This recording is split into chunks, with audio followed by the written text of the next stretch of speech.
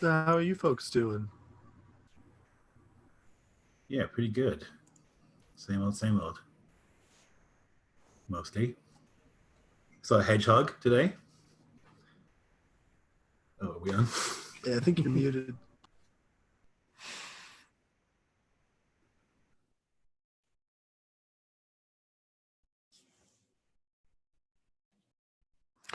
Cannot hear you, Jeremy. You. I can see you talking, Jeremy, but I can't hear you. For some stupid reason, Oh, my there you computer, my computer reset my microphone again.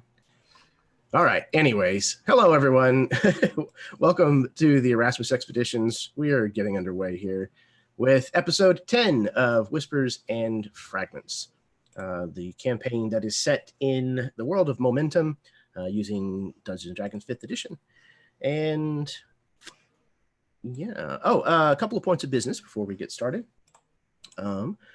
Language. There's going to be bad language. The topics are more than likely going to venture into the mature. And if this is the kind of thing that bothers you, then this is not the channel for you to watch, honestly, but certainly not this video. I promise all of these players are at least close to being adults. The other point of business that I wanted to touch on is very soon, next week, as a matter of fact, on October the 24th, this campaign will celebrate its 1-year anniversary. So, happy anniversary, everyone. Happy birthday, which you prefer. But before we get started with our birthday celebration, I'm going to go ahead and pass things over to my players so that they can introduce themselves, introduce their channels, etc., and then we will get started. So we're going to do this baton style. I'm just going to hand it off to one of you and then just pass it on to whoever you feel like afterwards. So first up, we have Jake.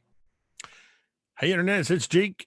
You can find me at Mini Terrain Domain on YouTube, where we are just 44 subscribers away from breaking 10,000, and most notably on Twitch several times a week. But be sure to tune in on Thursday nights when you can see Jeremy playing Talmud Gedarn, the dwarf.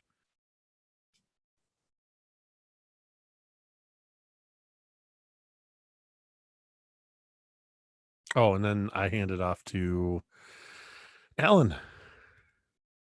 Hey everyone, this is Alan, and I run the CFT RPG channel on YouTube. You can also find me on the Facebooks and the Twitters at CFT RPG. And Fridays over on Mini Terrain Domain on the Twitch channel there, we run a Curse of Strahd campaign, and we have episode 7 coming up this Friday. So catch us there at 9 Central, 10 Eastern. And you can catch me on Jeremy's channel here. And I also play in a Star Wars campaign with Lloyd and Jeff here as well. And we just had our Star Wars session last night. So check that out on the Jarl channel. And with that said, I'll pass it off over to Lloyd. That's a smooth transition. Hello, I'm Lloyd. I run Jarl DM, and sometimes we run Star Wars there. Jeff's on there in every game that I run, I think. And every game that Nico runs, he runs more games on there than me. So if you like that, then that's where you should go. Your turn, Jeff. Hello, yes, I am Jeff, the aforementioned that plays in all the games. I'm Jeff. I have my own YouTube channel as well. It's called Counterbalance. I occasionally use it, but not very much. Glad to be back. I missed last session. Had some real life shenanigans, and glad to be back because this game is awesome. So looking forward to jumping back into the swing of things. And yeah, as Jacob points out in the chat, we are also technically on Mini Terrain Domain without Jake. Connor runs a Spire game on his channel as well. He does there, which is super cool. So yeah, we're all on all the channels. And Austin is technically left, so I'll pass it off to him. Yep, I'm Austin. I run a home game every week, and you can see that if you are a voyeur and can figure out where my girlfriend's friends live. Other than that, you won't be able to see me anywhere, and here, I guess, would be it. So excited to get back into the game. Perfect. And if you're starting here, then hold on tight. buckle up, Buttercup, because this gets pretty wild. These guys are nuts, and I love playing with them. I love throwing this wild stuff at them and seeing what they do with it, because it's always better when it comes out the other end. That analogy got away from me. But anyways, if there are no questions, then we will go ahead and get started. All right. Let's see here.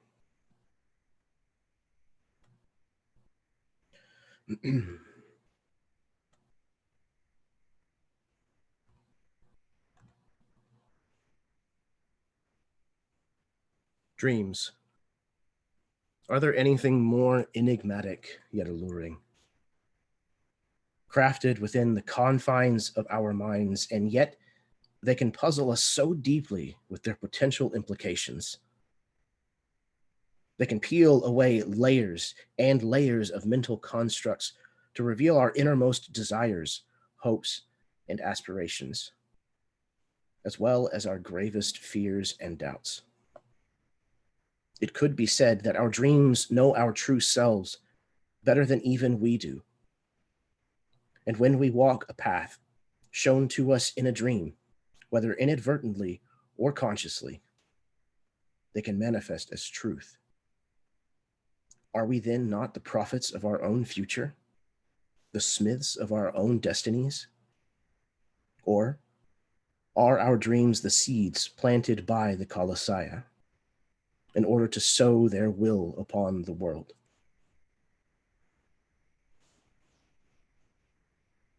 Where we last left our heroes, their airship was parked outside of the Colossiah known as Calladora.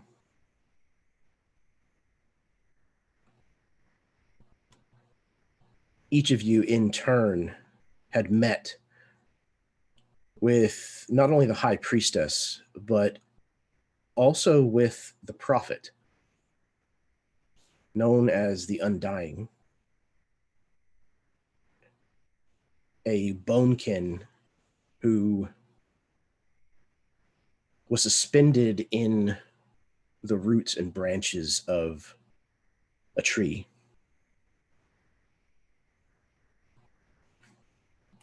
Each of you asked for atonement, one of the domains covered by Calladora, at the feet of the Undying prophet.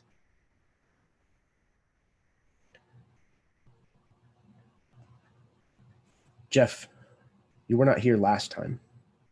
However, I believe Darian likewise wished to go before this prophet.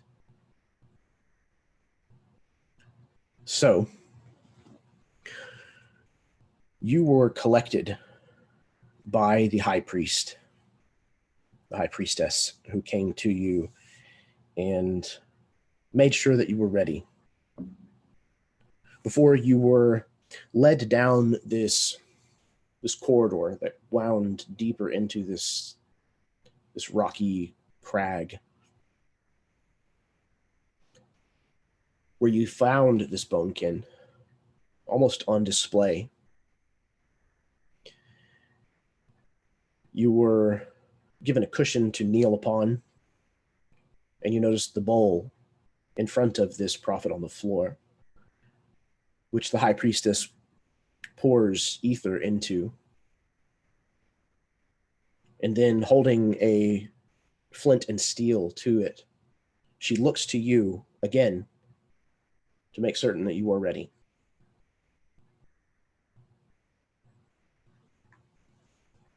Darian looks uncomfortable at the sight of the aether. Like when he hears it being poured into the bowl, he'll like almost flinch a small bit, and then seeing her getting ready to light it, he'll kind of take note. And given his past proclivities for such a thing, is where he's seated at this cushion close enough that he would smell this aether when it lights.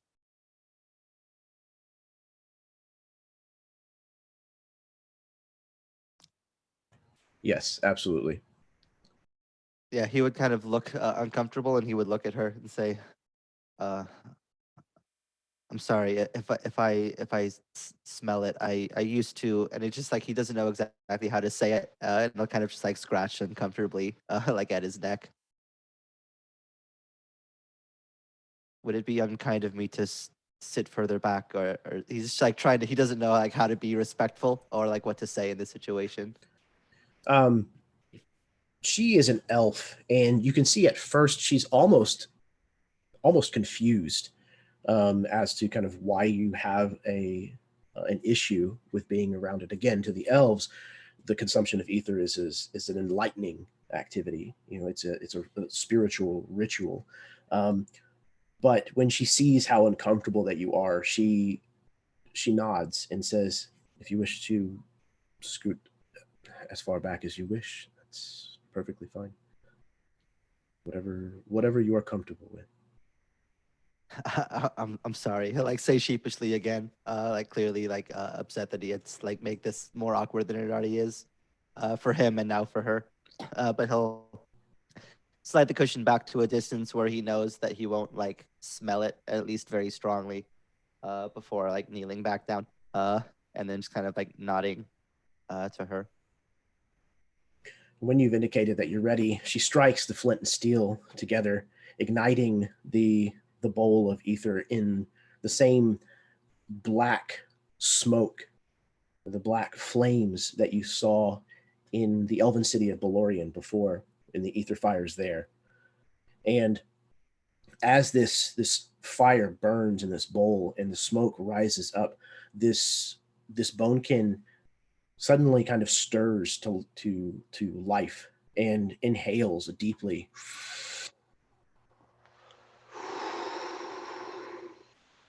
through his nostrils, breathing in this ether smoke deep into his lungs.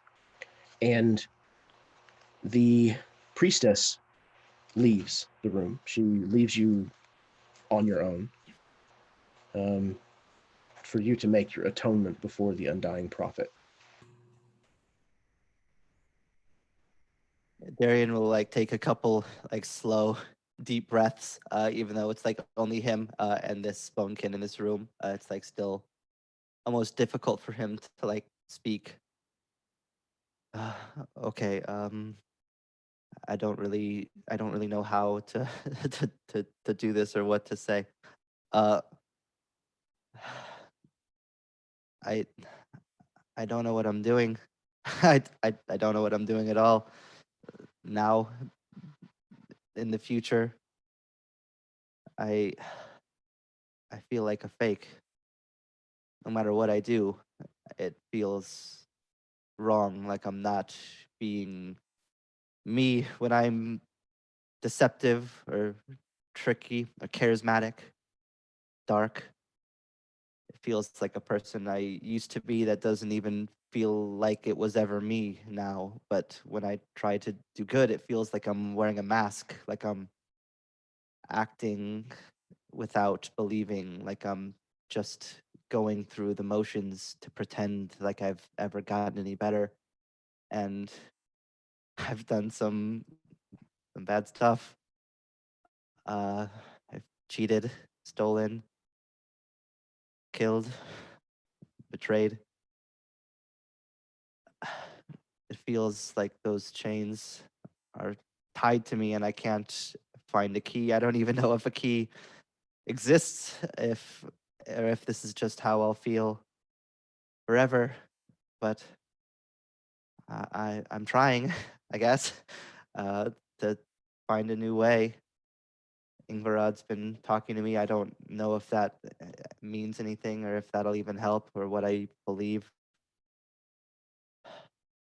I'm just, I'm ready for this to be done, to stop feeling like this, but it's the only feeling that I know. And now I don't know what it means to let that go.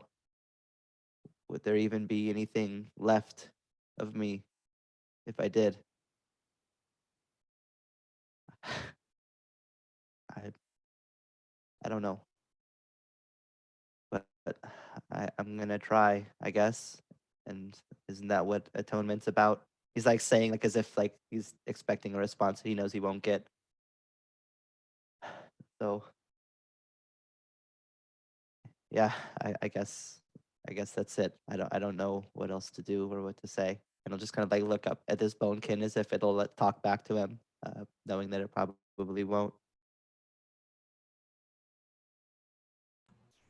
And for several long, uncomfortable moments, he does not. He just continues to breathe.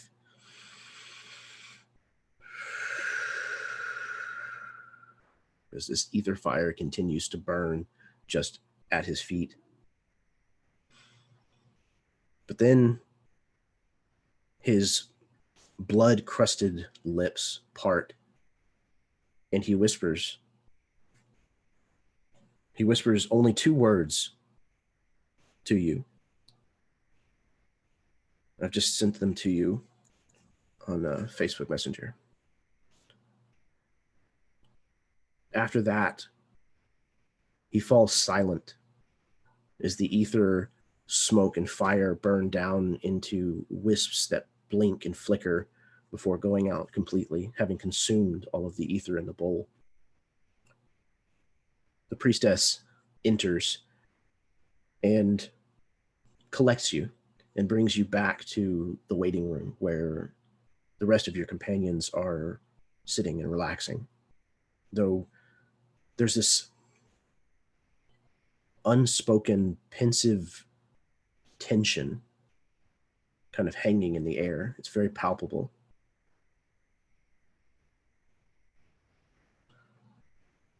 The 5 of you, along with Vidaris, before you load back up onto your airship and continue on towards Arinivat, is there anything that you guys are discussing or that's being done before you sail away?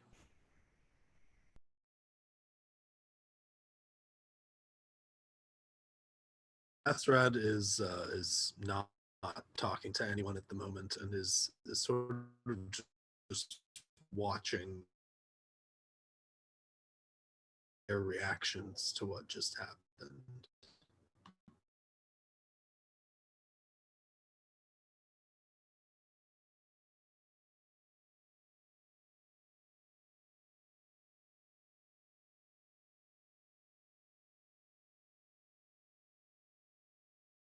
All right. So you load up onto this somewhat smaller sized airship, pretty much just big enough for your group, with enough room to kind of comfortably move around.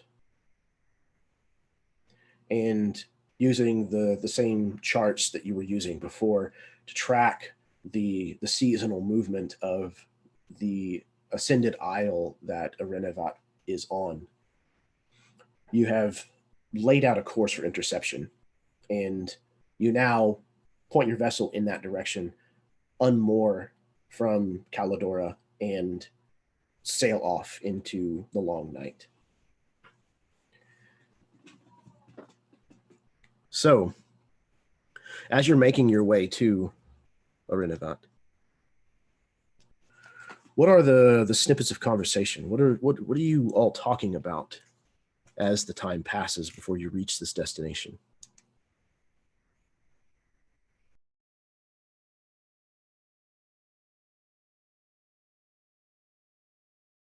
I think once the course was set, Darian would seek out Ingvarad to ask her about something. He'd find her on the ship and just kind of like sit awkwardly as if like he has something to say, but like doesn't know how to say it. And then eventually he'll just speak anyways. When we talked to the prophet, the atonement priest person, sorry, I don't know the right word for it. When did they tell you something? And if they did, was it good or no? Did they tell you something?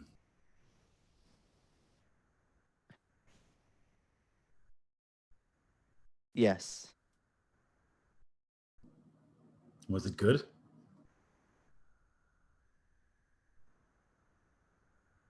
It wasn't very specific, but no, if I'm understanding, I don't know if there's anything to understand, but no.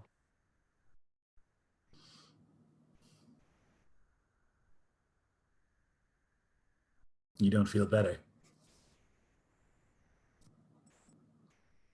No, I don't, to be honest. Did it bring something to the fore of your mind that you were trying to push away?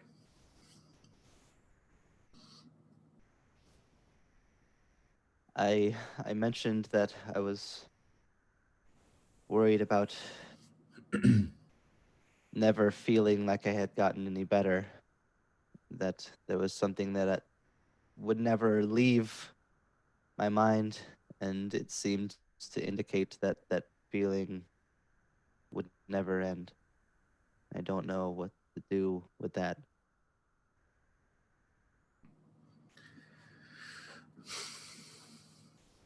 I'd like to tell you that it will be easy and that it will go away, but I don't think that there's a magical way to do that. But confronting it and seeing it and knowing it, maybe every day will be difficult. But you've had many difficult days. And you continue. And I see you thriving. The word for it. You're no longer in a haze. And I've seen you do things that could even be described as friendly or selfless. And I think that's a big improvement. And so maybe you'll have to struggle every day for the rest of your life, but struggle is not necessarily a bad thing.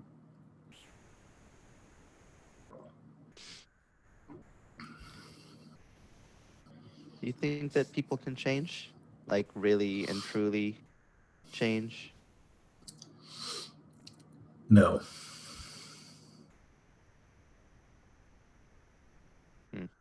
But they can try.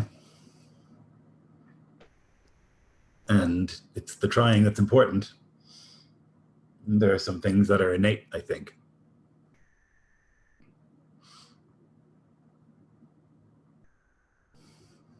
It's not the answer you were hoping for. Yeah, it's clear. It's obvious on his face that that was like the opposite of what he was hoping for. Not exactly. No. I shouldn't lie. And so I wanted to No. tell you that, yes, people change, but I don't think that's true. Their actions can change, but I think that that is still in them, whatever it is. The kind of people who want to change usually want to change something bad about themselves. Do you think that that bad is always there? Yes, it doesn't get erased, but it can be superseded.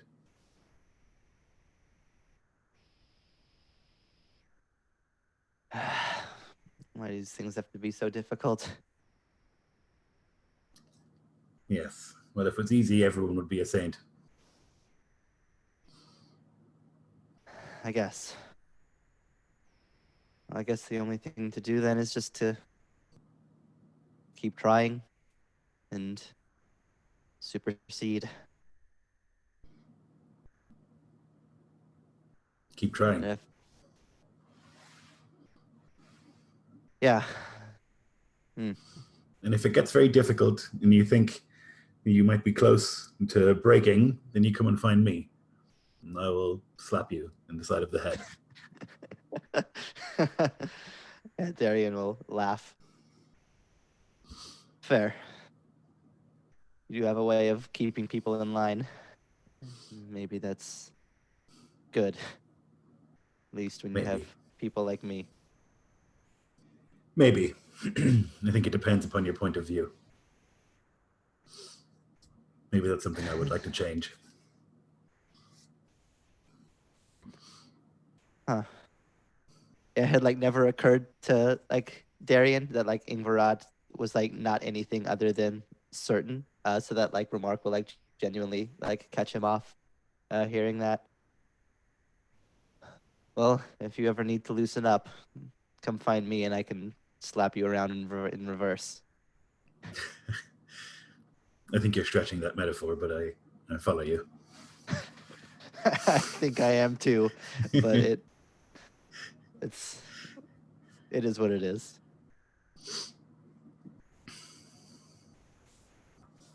And then like not entirely satisfied, like it's clear that like there was some comfort that he was looking for that like he did not receive and probably can't receive. But he'll just leave that hanging on the mediocre attempt at a joke, and then like wander off as if he had something important to do on the ship.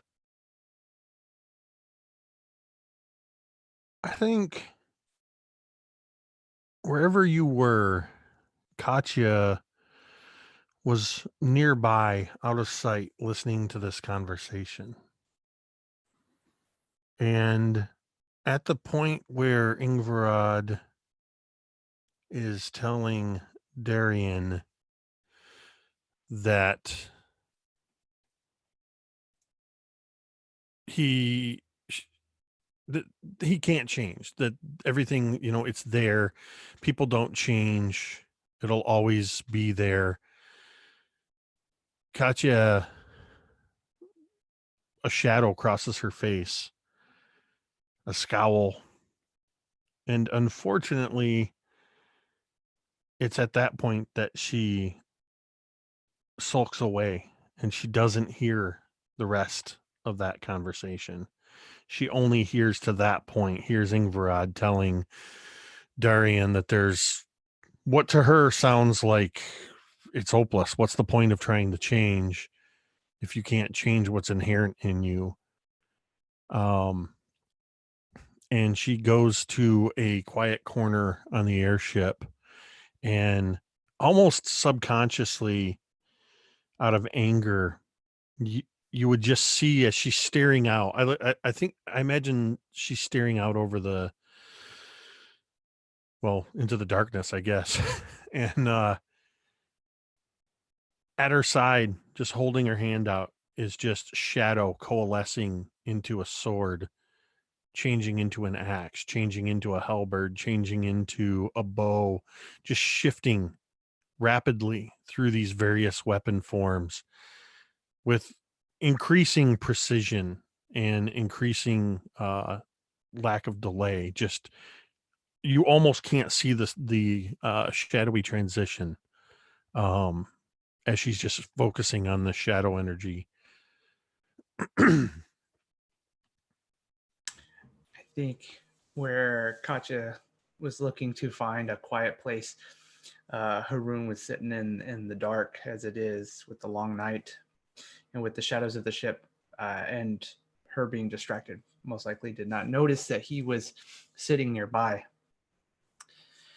And kind of just as she's focusing on her powers there, he kind of just slowly steps in just into some lamplight to where part of his facial features would be illuminated. Hello, little one. You seem restless. What is it that is troubling your mind?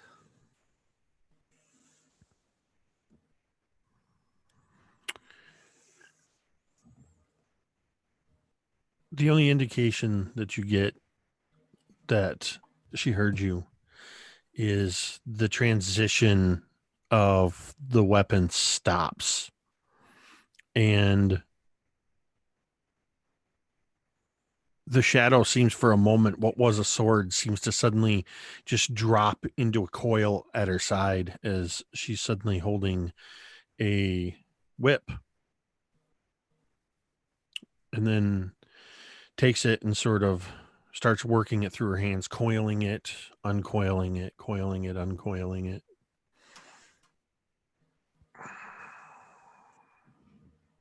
I'm just trying to figure out why it is I'm even here. How, I guess. It just seems, I don't know. It seems like everybody is all about these Colossiah and trying to be whatever it is the gods want them to be, and trying to look for change or trying to look for, I don't know what they're looking for. I don't, I'm beginning to wonder why or how it is that I am even here. What are we even doing? Where are we going? What is it that you are looking for?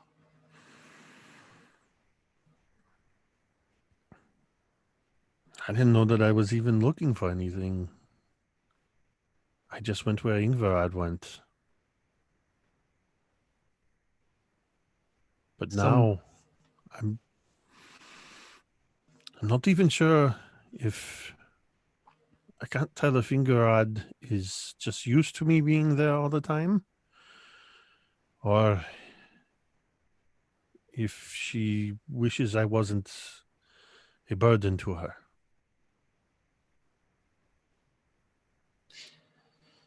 Yeah.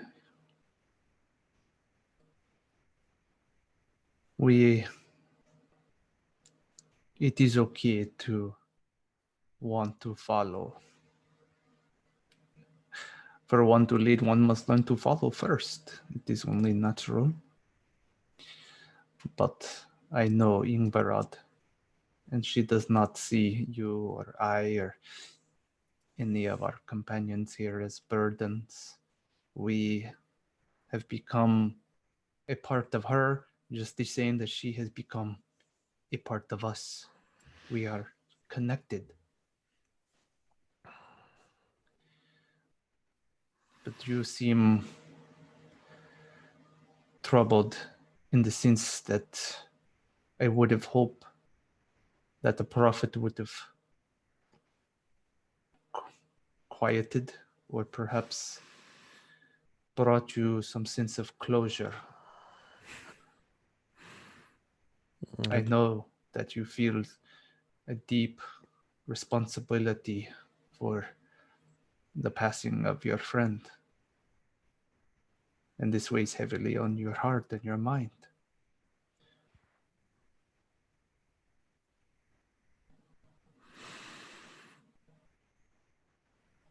So you listen to the prophet, you put stock into the words that you were told. You have some kind of a faith or responsibility to these words. I was once on a very different path than I am on the one today. Ingvarad could tell you as such. It was destructive, but I have come to find that these tenets that I have come to live by helped me move forward. Peace, innocence, patience, and wisdom. In peace, violence is a weapon of last resort. It's not to say that you will not use violence, but it should not be the immediate response. With innocence, all people begin life in innocent state, and it is in their environment or the influence of dark forces that drives them to evil. But we can set the proper example and put people on the righteous path, as Ingvarad has done and is trying to do with myself, with you, with Darian, with Bastarad. She's trying to be the guiding light. She is not infallible. She makes mistakes just the same as you and I. But she is trying to walk the path as best she can and only help be a guide for us. In patience, we learn that change takes time. This is not something that will happen overnight, and it is not something that just meeting with a prophet will all of a sudden change everything for you. You must take the words that we're giving to you, meditate on them, ponder them. What do they mean to you? And only you. The words that were given to you would mean nothing to me. And last, we have wisdom. Your heart and your mind must stay clear, for eventually you will be forced to admit defeat. And I believe that every creature can be redeemed.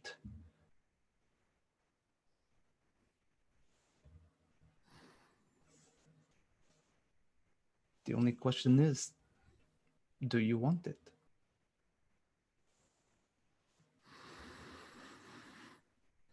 You sound like you are perhaps not sure what even the correct word is. Some sort of,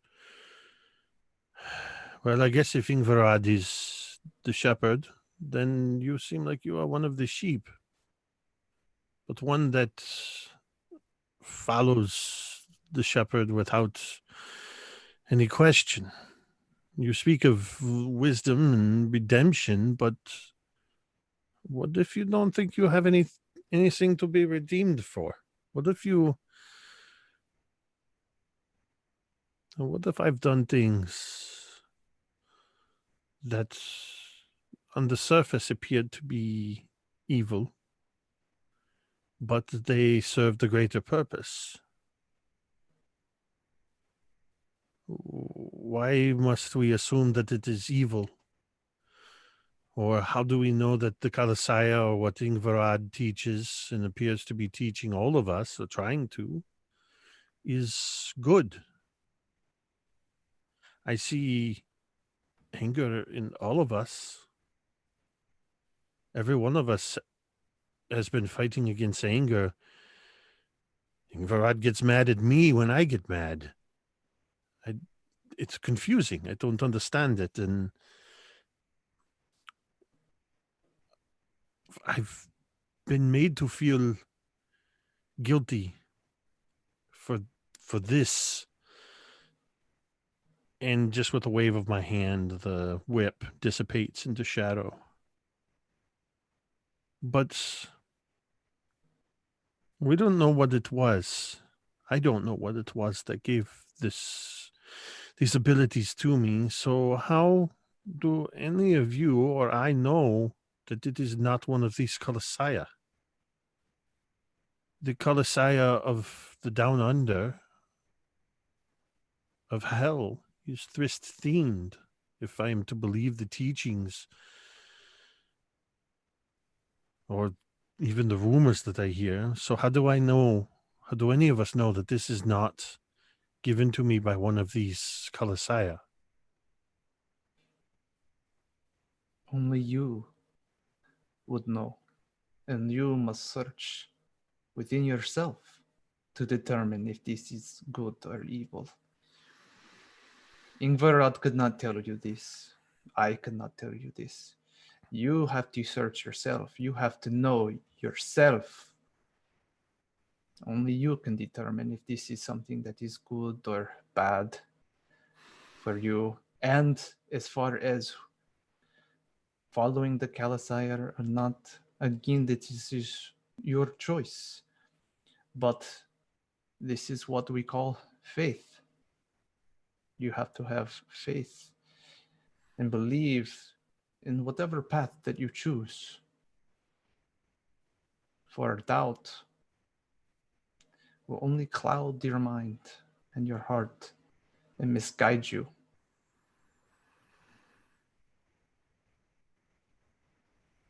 I feel like I'm beginning to understand a little bit more.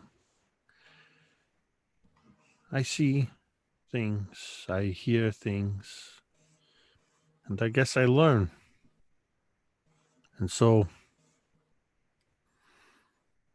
I guess I will have to continue to figure out whether this is good or evil, I guess.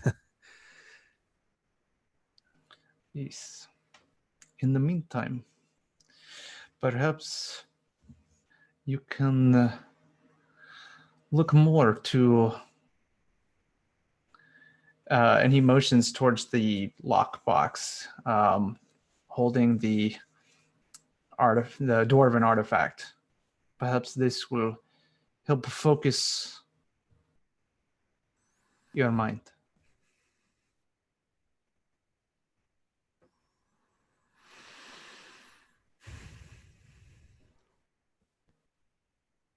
Perhaps. Perhaps in making the changes here, and he touches the box, will make the changes in here. And he motions like towards the center of your chest.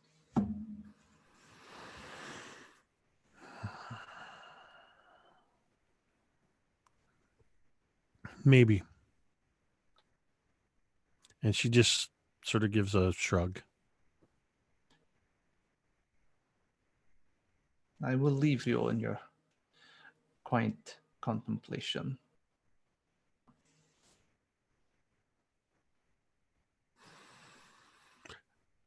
After Kelp goes, or Kelp.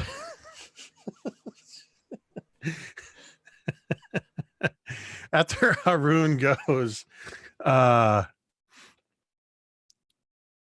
I think I will. I forget because it has been a while since we last played. I don't remember if we established whether or not the what's it called? I named it that's why I said Kelp, because the Hellhound pistol was capable of being absorbed as a packed weapon. Yes, it is possible. Okay. So I imagine though that this, because of its complexity, this is something that I'm still just learning to do. And as Haroon walks away, I take that box that he was indicating. And when I open it, it's empty. And then the shadow slowly spills out and forms into the pistol.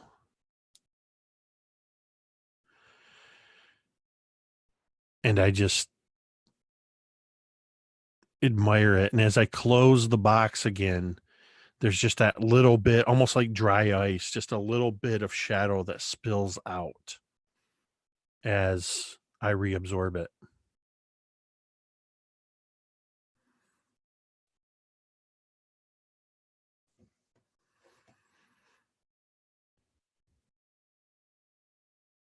It's an impressive thing you have there.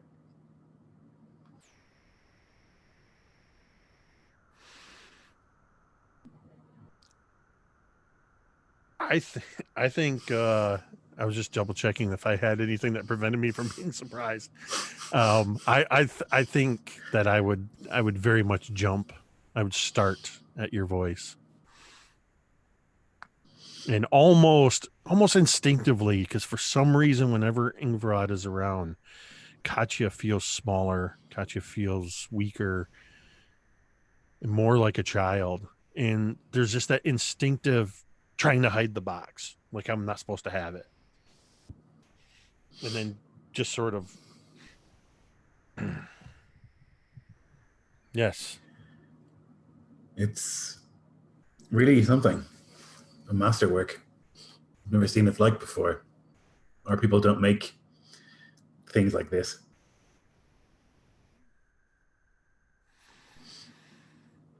It is an art that the dwarves have kept secret amongst ourselves for centuries. A closely guarded secret.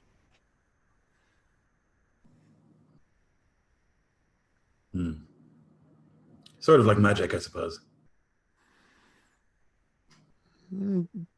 Maybe, but I think it is maybe a little more secret than magic. More people know magic. You know, magic of the gods, magic of the air, whatever other magics. More dwarves. Are you okay? That seems like an odd question.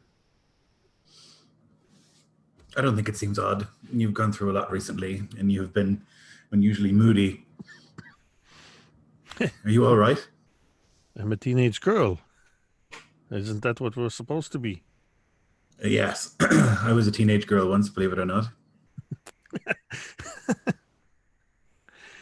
How long ago was that? It's rude to ask. I'm celebrating my 21st birthday for, I won't tell you how many times. But I'm concerned because when I was a teenager, I would throw tantrums, but I didn't summon magic from my hands when I did it, or lose my voice and speak as if I was something else. I'm not angry with you, but I am concerned. I don't think you have to be concerned. I don't think that what I can do with the shadows, I don't think it's a bad thing. Yes, I know that you think that. I don't just think it. I feel pretty strongly that this is my people. We thrive and we practically live in the down under, amongst the fiends and demons there,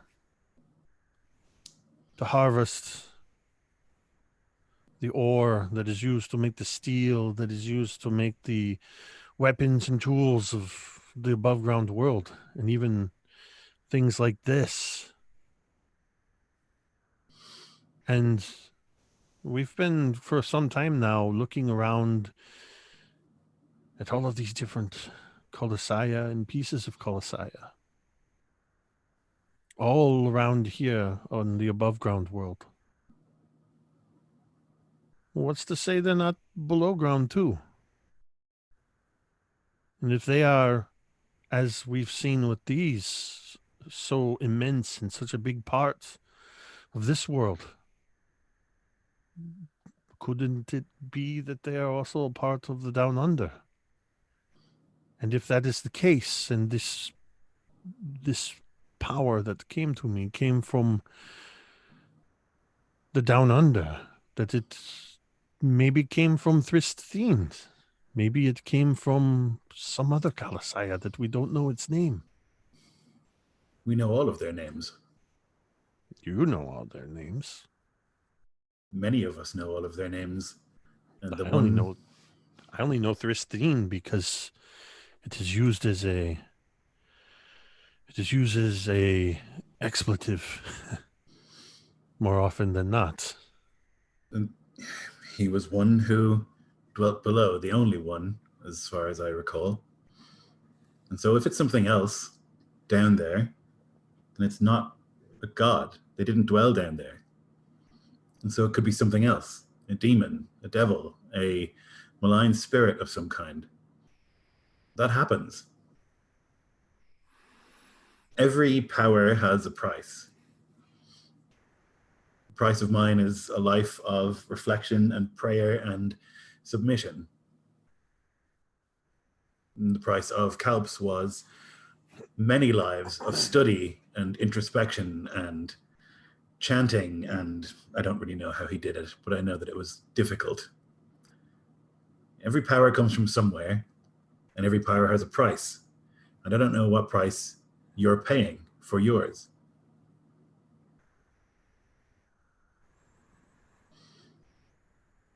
I don't feel like I'm paying anything. I feel like And that is dangerous, because I'm no one being and paid. nothing should be free. It doesn't happen that way. Power is not given for no reason, just because something is doing it for a reason.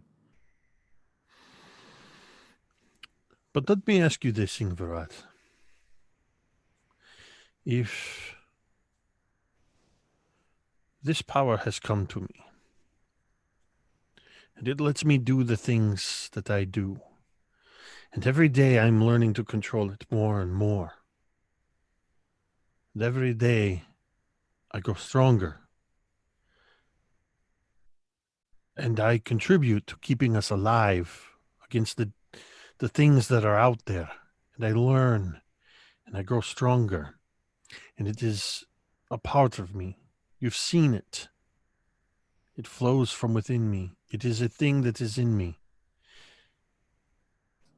What difference does it make what the price is if this thing is a part of me and there is no changing? If I can't change what I am or who I am, what difference does it make? Do you know the story of Thrand? He was a hero once, but we don't know him as a hero. We know him as a terrible conqueror, a villain. And he, in his youth, was heroic, and he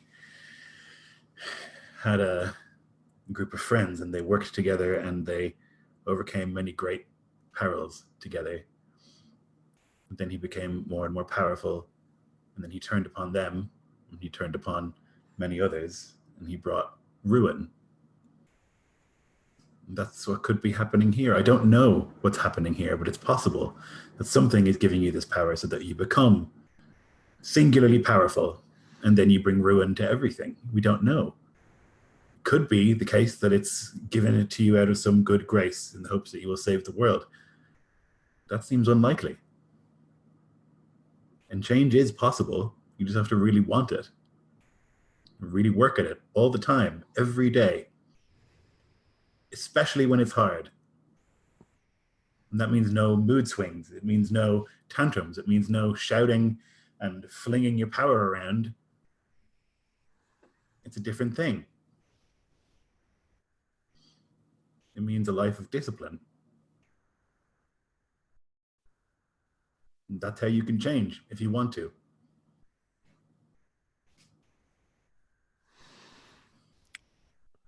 Why do you treat me different than the others? Because you are like a daughter to me.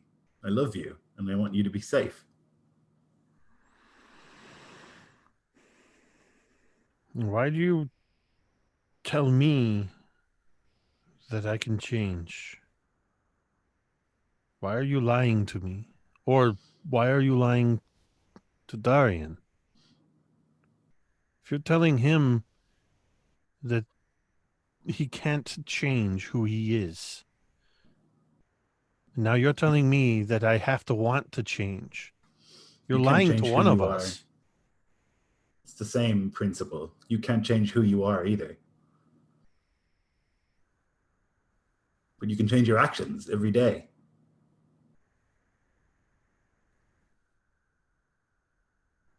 If you work at it and really want to, then you can fight against whatever it is inside you.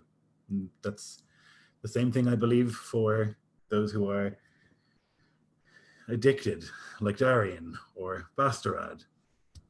Same thing that I believed when I spoke with Haroon a long time ago. This You have isn't to want ether. it. This isn't ether. This is different. It's not ether for Bastarad either, and it wasn't for many others that I have helped. It's not about the drug. It's about making a change for the rest of your life and deciding to be a certain way and not giving in to whatever your nature is. Because we're not animals, and we don't have to do that. We're back to you assuming that this thing is bad. that it is something to be suppressed, to be overcome. I'm learning not to be so emotional. I'm learning what my powers can do and how not to do certain things. If I'm right, and it is some terrible, malign power, and you do nothing, then we could be faced with awful consequences. If I'm right and you work and gain discipline and focus on changing some of these things that you do frequently, losing your temper, showing off, then we have lost nothing. And if you're right, and it is some beneficial, generous, helpful thing, and you gain discipline, and you learn how to control yourself better, then we've also lost nothing. You don't want to do it because you're lazy, because you don't want to be controlled. Some insane idea that I want to tell you what to do.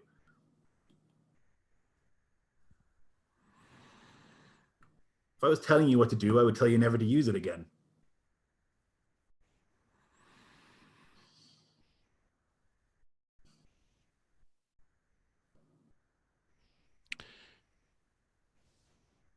You would notice that Katya's reached that point where she's gritting her teeth, clenching. You can see that her jaw working as she's clenching her teeth. She's trying so hard not to cry with the emotion of it. You can probably see the moisture in the corners of her eyes. But you also realize that you've reached the point where she can't say anything else. Whether it's because she knows that you're right, or she wants to end the conversation, or whatever it is, it's that she's just sort of staring at you, and then every time she meets your gaze, she can't hold up for more than a few seconds. Yeah, Ivra will just put a hand on Katya's shoulder. Just think about it.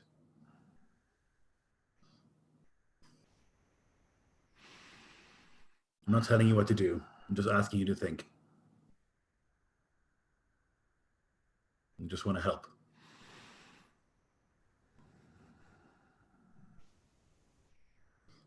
I know.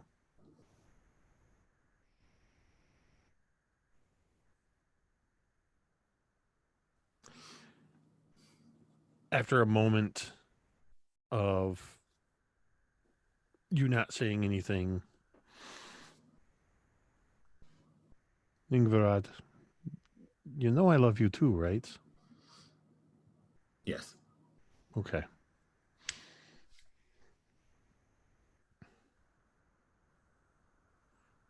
You just go back to staring out into the darkness.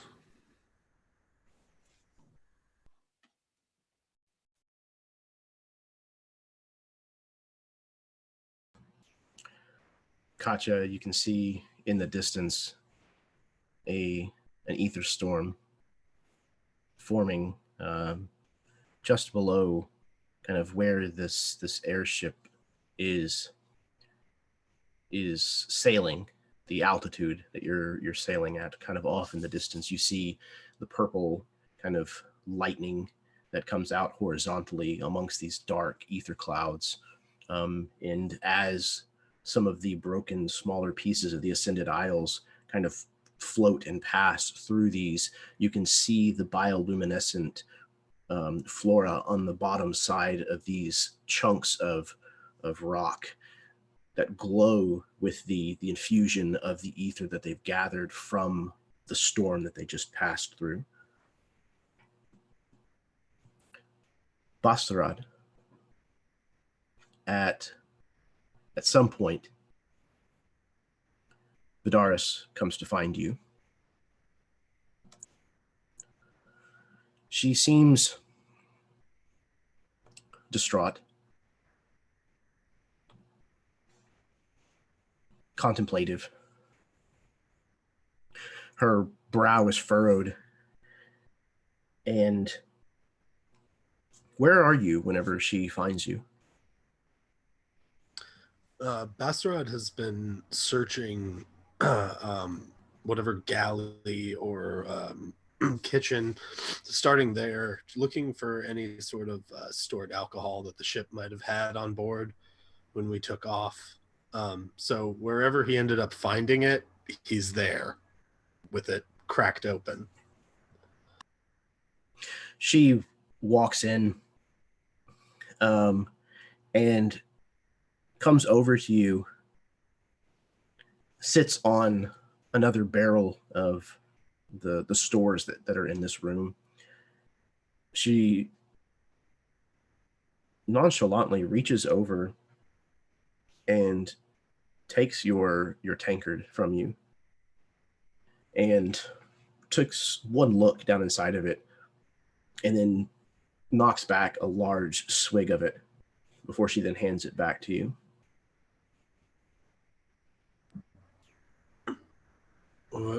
What is it? What's wrong? He's trying to look concerned. You can tell he's been there a little while. This is not his first tankard down, but he's definitely concerned when he sees this. What's wrong?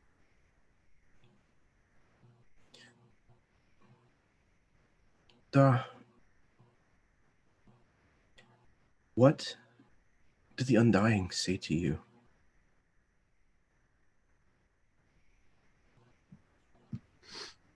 He his eyes start to well up a little, and he looks away.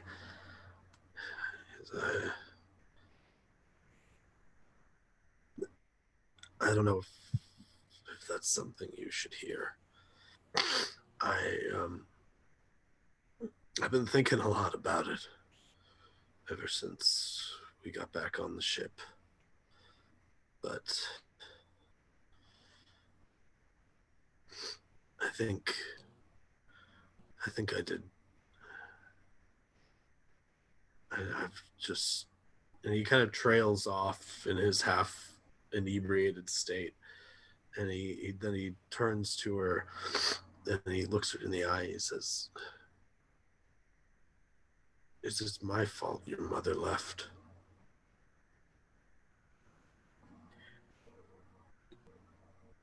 I don't know. I think Ma was struggling, you know? And I don't think that she's the only one. She kind of looks at you in your kind of drunken stupor. And I think that I'm starting to have trouble handling all of this. I've been wrestling with what the Undying said to me, and What was it? he said all will end.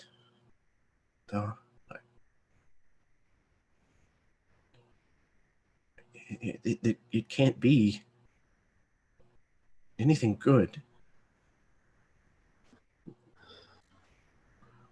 What does that mean? I think everything may have ended a while ago. We're only catching up to it now. This place we're going, Arinivat, the Colossiah. I didn't know what it was at the time. I thought it was something speaking to me. But I can feel it now that we're getting closer. It was this it was this place. I saw something, and I think it's the reason your mother left. It's when I got angry. It's when I gave up on everything. But I think this place that we're going, I think we may be, I don't know, maybe we're being led into something treacherous.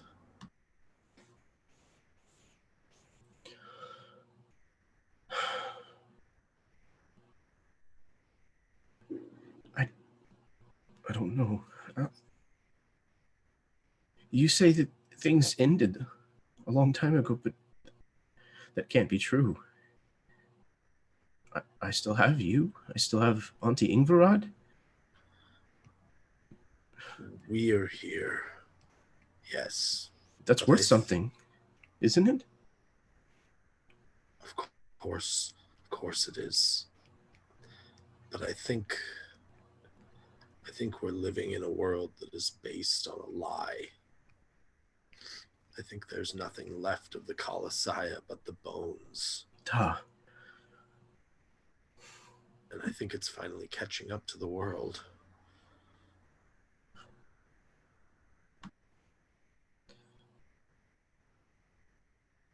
So there's nothing to be done. We just have to let it happen.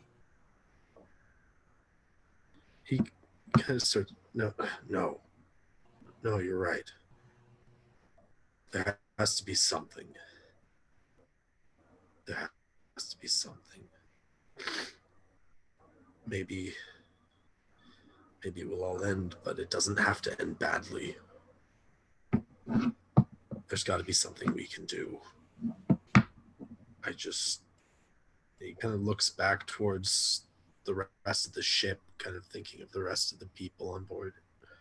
I don't know who we can trust now. And he'll lean in close and he'll share with her what he was told by the Undying. Just whispered in her ear. And say, I don't know if it was me. I don't know if it was Arinivat. I don't know if it's any one of the people that we're traveling with. I know it can't be you. You're the only thing I've got now. We'll stick together and we'll find a way to be okay. You think after everything that you've done together, that someone here is betraying us? I don't want to believe that that's true, but if we're being betrayed by the gods, that's far worse.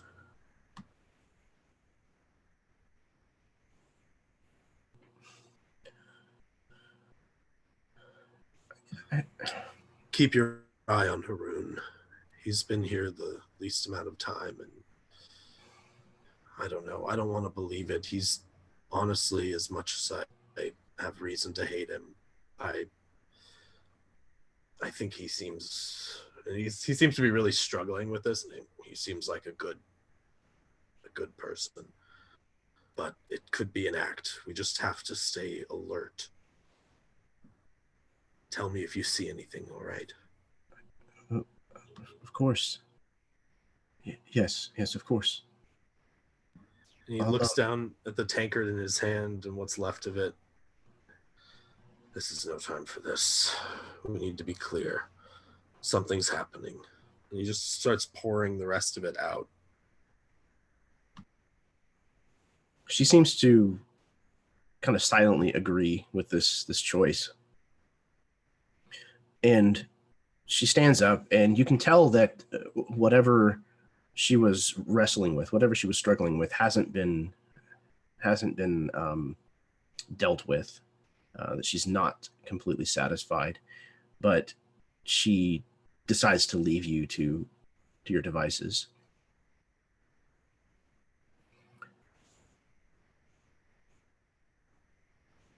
Ingvarad, it's probably not long after this that Vidaris comes to find you.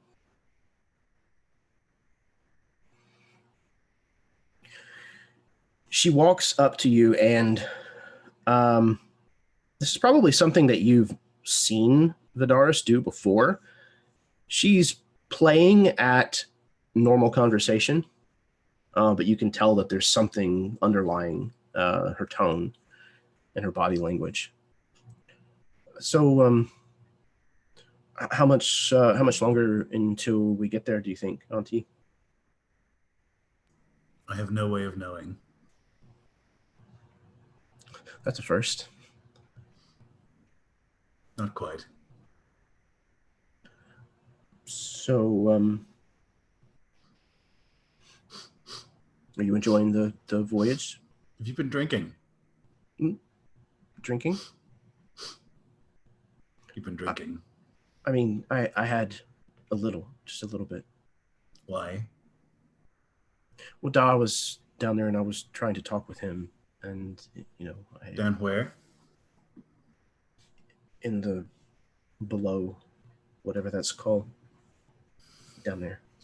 She like rolls her eyes and like puts her hands on the arms of the chairs. She's gonna go stand up and like grab Bastarad. Wait, Auntie Ingorad, I need to talk with you. Of course. We've talked about this before, Vidaris, that if you want to say something, then you should say the thing. I know. It's just you get upset and you I'm not rail. upset. No, not now. And I hope that you won't get that way, but never mind.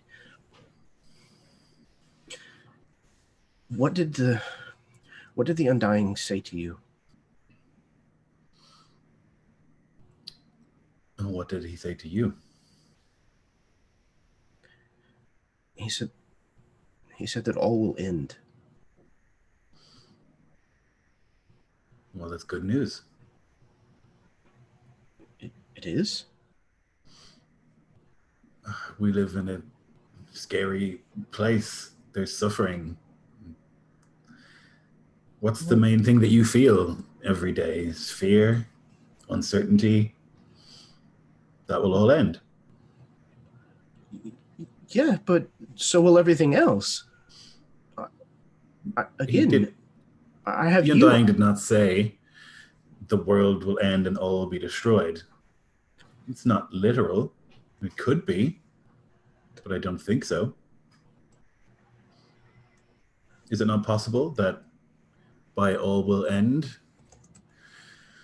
the Undying meant a sort of sweeping change, some sort of great upheaval?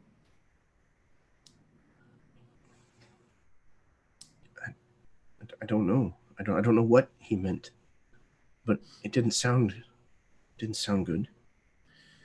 No matter what he says, it doesn't sound good. There is a sort of gravitas.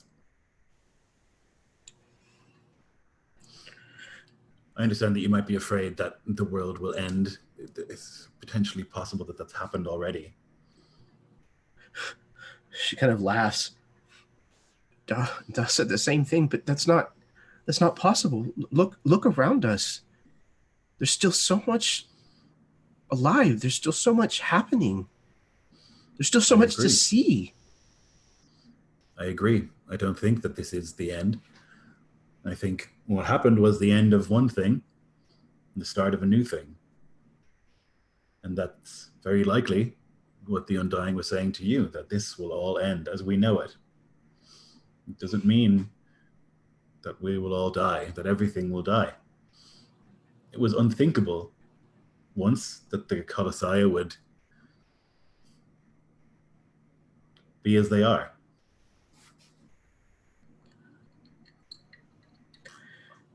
Da said that the Undying whispered to him of betrayal.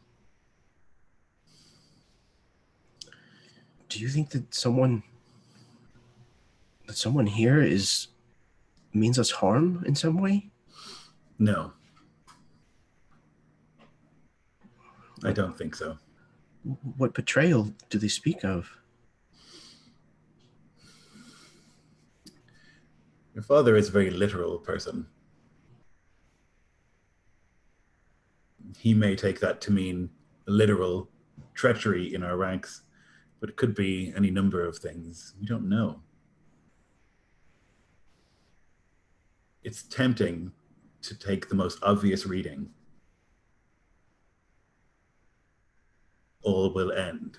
Betrayal. These things initially sound very frightening.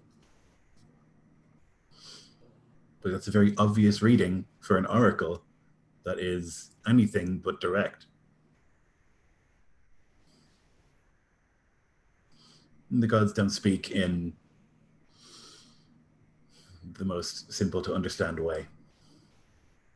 I'm starting to see that.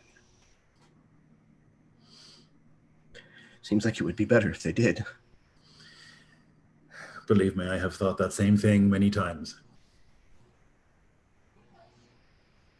I have been racked with doubt more than once, just wishing for a direct answer. It doesn't come like that.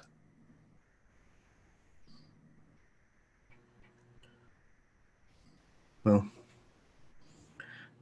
I hope my initial feelings are wrong, and that you're right. I hope that's the case. I hope so too. Don't drink when you are sad.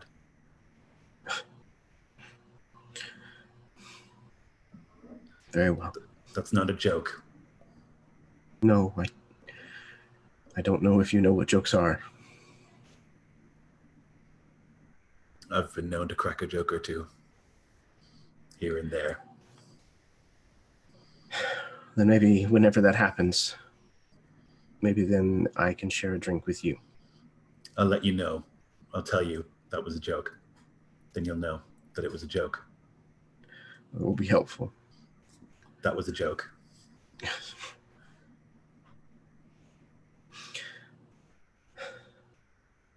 And she smiles and grabs one of her horns and kisses her on the forehead. Yeah, you can see. And you can see that this has certainly kind of at least temporarily set her mind at ease. This interaction has relaxed her.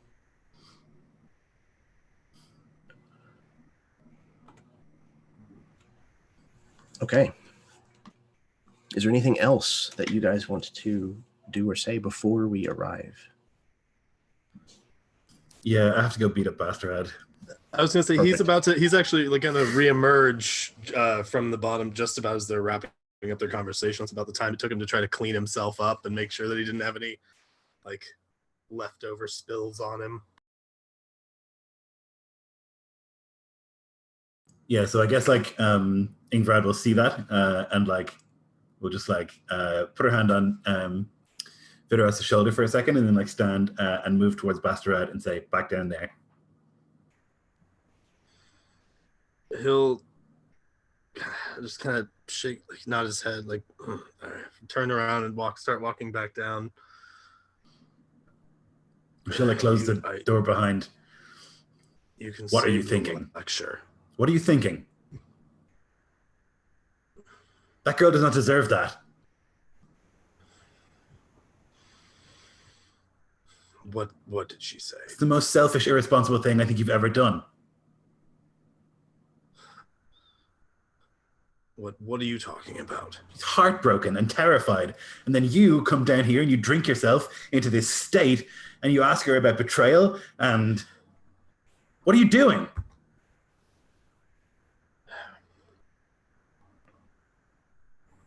You're right. No, I was being selfish. It's not good enough.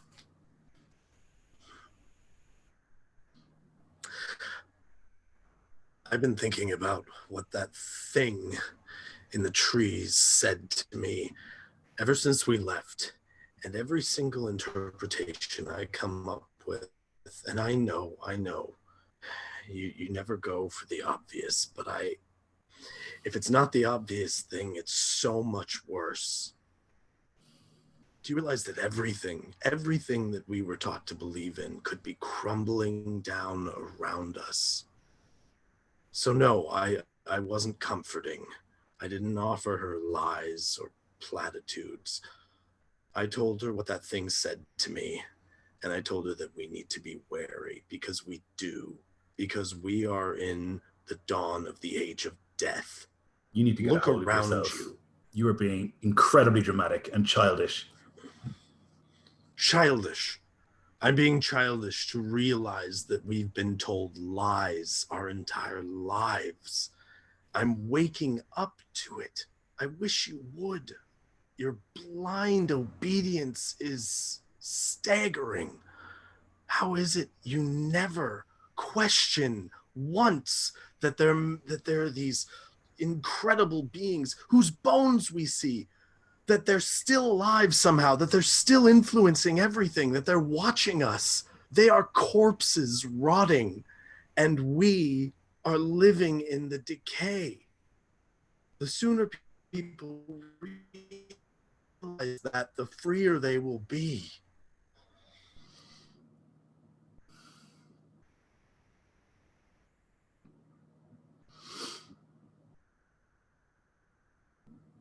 Do you want to sit down?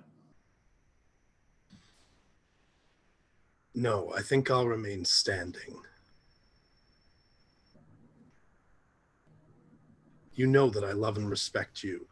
You've always been family to me, and I don't mean you any disrespect, but you're being blind. You always talk about thinking about the things that you believe in, but really think them through. Just turn that critical eye on yourself for once. I've done that 100 times, Bastarad. Then do it All I do. 101. All I do is question it. You don't think that it's difficult for me to see corpses of gods and still believe? Do you think that's easy? You have any idea how difficult it is to maintain faith and certainty?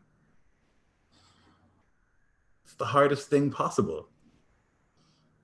It's not easy. It's incredibly difficult. And I have to question it every day. And every time that I pray to help someone, I wonder, will it work? Because I don't know. And I don't know any of the answers. But I know that this, screaming about the death of everything, is not helpful. You're right, it is difficult. It's extremely difficult living here in this place. And it seems hopeless sometimes. But that girl needs us. Needs us to maintain some sort of semblance of sanity and normality. She already lost her mother. She cannot lose you. Not to drink.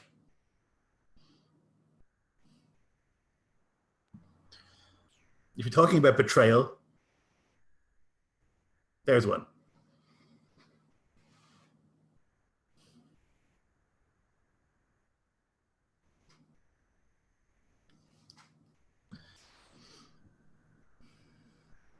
Bastrad will just nod for a moment. Okay. You're right. She needs us right now, and this is not helping anything. I know that you're afraid. I'm afraid. We should all be afraid. We don't know what's happening, ever. It's always a mystery. Every day that I wake up, I wonder, will the sky still be there? That is normality now. We have to keep it together for her sake.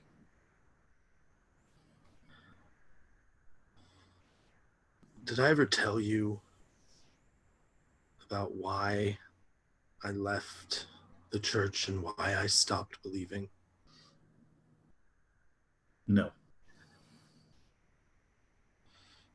He'll kind of gesture towards the direction they're heading. Say, I dreamed that the gods were dead. But I think it was Arinivat that sent me this dream. I don't know what it means. I don't know if I should trust it. And after visiting the Undying, I don't even know if I should believe it. I threw everything I had away because I was so certain it was a lie. And now she's gone twice over. And both times it was my fault because of my own certainty or uncertainty. So I have no idea what we need to be doing right now. But I know that if we are sure of ourselves, we are probably wrong.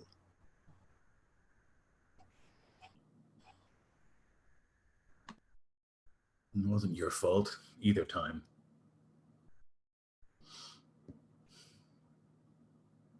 And she had many demons to fight. And you cannot fight them for her, and neither could I. But I could have helped her fight them. And instead, I just invited them in. I won't do the same with Vidaras. You're right. She needs us. But The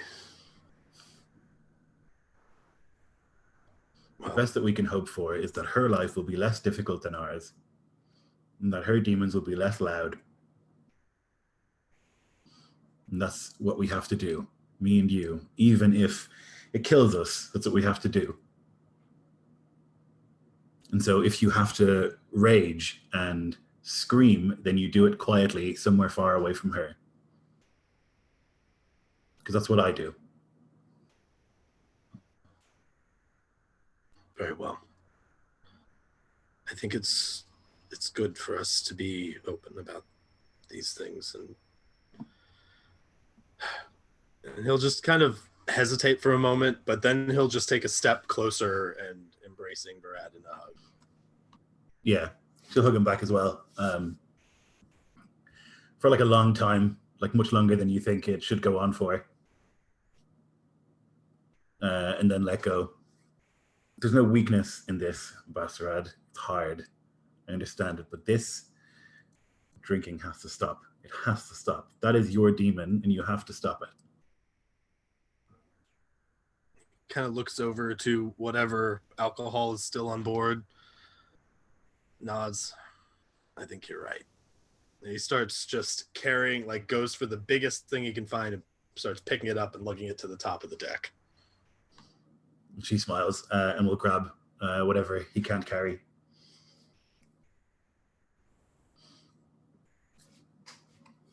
He'll do a quick cursory look over the ground, even though it's dark, just to make sure that we're not over some settlement or anything. There's no like bright lights beneath us.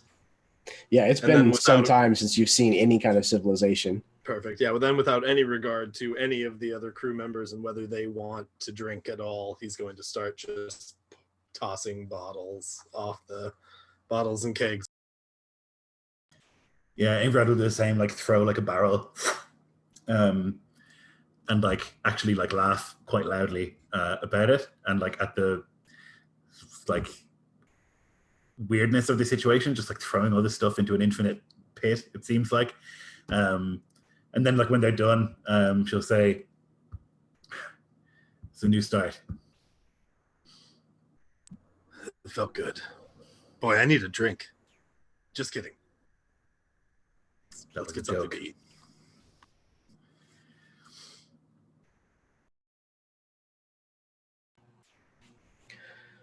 Excellent. All right, so before we get to my third bullet point on, on my list, I think this is going to be a good time to go ahead and take our break before we head into kind of the next chapter. So everybody go to the bathroom, refill your drinks, kiss your spouse, smoke them if you got them, etc., etc. Sit right there, everyone, and we will be back in about 10 minutes, and we will get to the second half of this game. So great job so far, everybody. Fantastic stuff.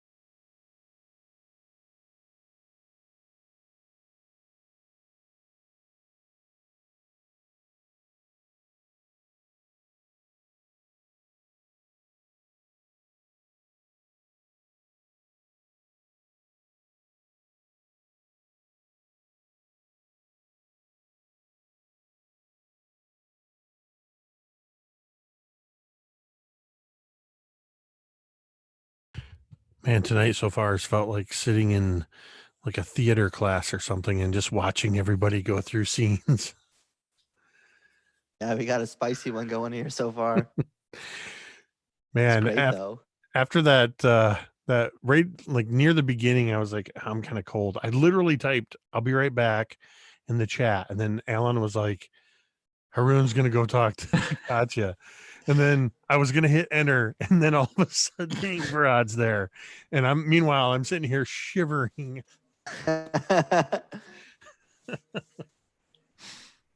You're just doing some method, you know. You got to feel the same darkness that I Katya was feels. feeling the There you go. darkness and the cold wind of the airship. I was there, man.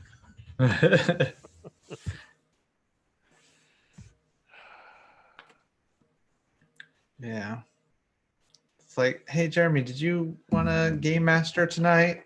No? Right. Okay, cool. Just sit back. We got this. Hey guys, got let's this, play. yeah. Then 45 minutes to an hour of just RP. It was like 90 minutes of solid one-on-one Yeah, intense that was just the conversation. clock. Yeah, just 90 Yep. minutes of all Jeremy said was, there anything you wanted to do before you arrived? I was gonna say, Game Master's Jeremy's like- famous last words. let's just get a couple snippets of dialogue before and see what happens. And then Yeah. we're like, so We in, literally said in snippets. Plato's The Republic, Aristotle mentioned the definition of evil is that. This is Like- in the wiki. This would be identified as the introspection episode. Yeah. Yeah. Did you guys catch the introspection arc? It's like Jeremy picking up the gun and not knowing if it's loaded. Anybody want to say anything before we move to the next scene? Yeah, I have something. 2 hours later. Insane.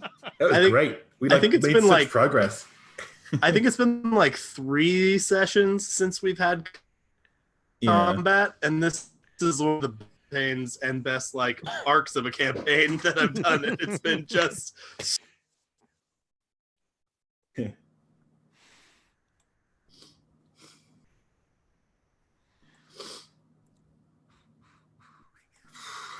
and once again, I keep coming out like the Ringo of this group, but I'll keep working on it.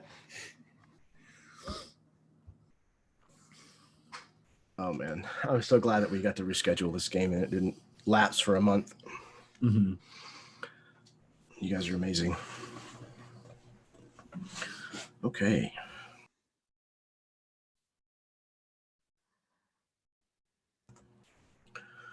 Everybody ready to get back into it? Aye. Excellent. Okay. So a number of days has passed. But again, it's difficult to even tell in the long night because you haven't seen the sun. It's been probably close to 2 or 3 weeks at this point. And the cold has absolutely set in before now. And especially at this altitude, being out on the deck is something that if you don't prepare yourself for, it's very shocking. And it's probably not something that you're comfortable doing for very long. In the distance, whoever the first of you is to spot it, I would imagine that soon the rest of the group has their attention probably called to it.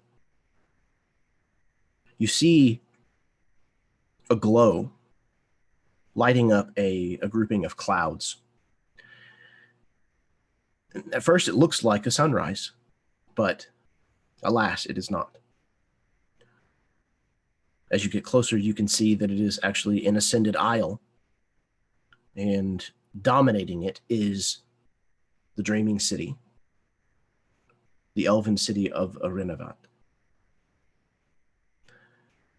Beams of ether light extend upwards into the sky, sweeping slowly back and forth, intended to draw the attention to wherever its source might be deeper within the city.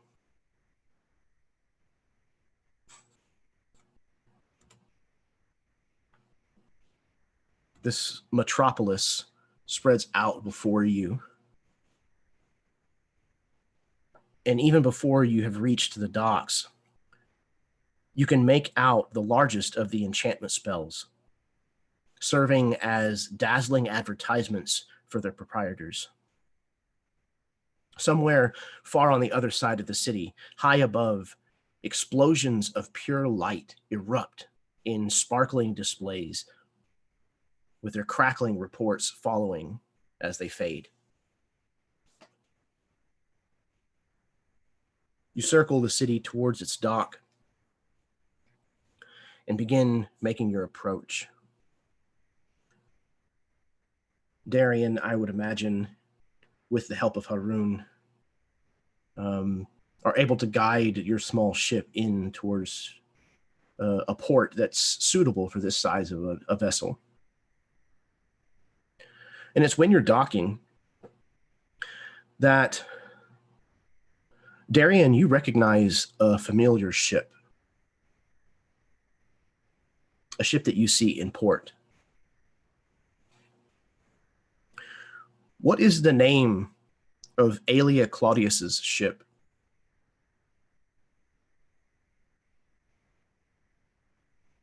And what does it look like? Shit. Let me pull up my own notes here real quick.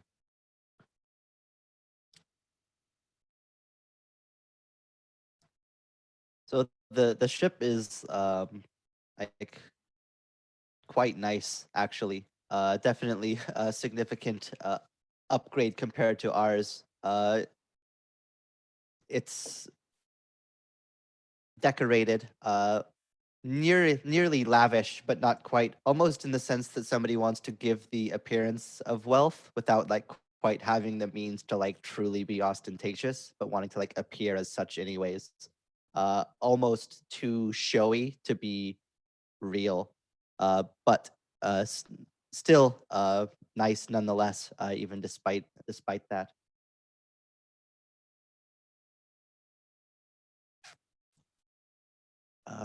Sorry, you kind of caught me off with the name of the ship.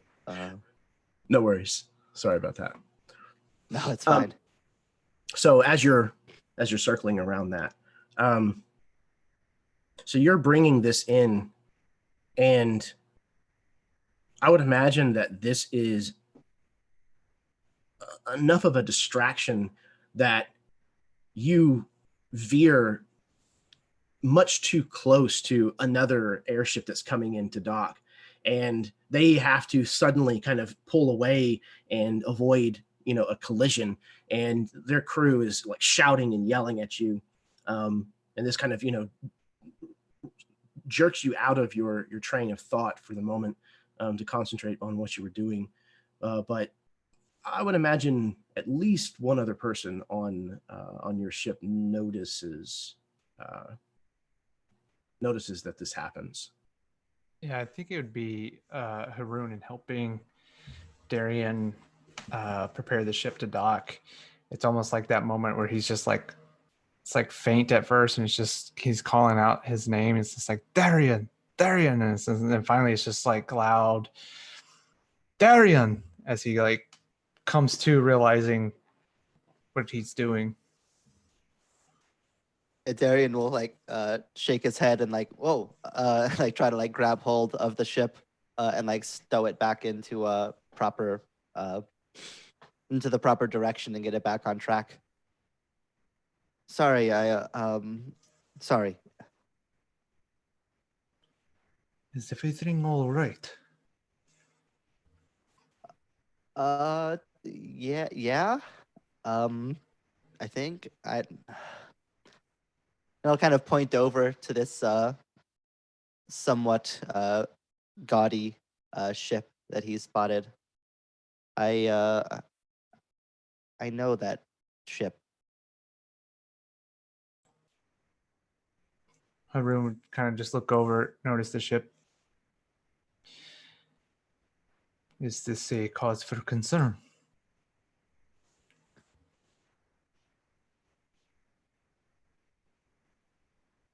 For me, maybe, but not for anyone else. probably. Understood. So, best we avoid interaction, yes? I don't know. Maybe it's like it's clear that Darian's like very uncomfortable. Like he doesn't see this person as like a threat, but there's clearly like some sort of discomfort there.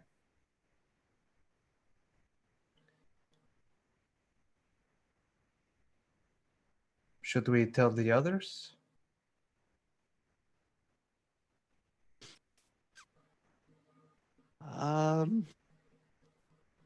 I probably should mention it just in case. Just in case Okay. things get interesting. Okay. Let us secure the ship, and then you can tell us more.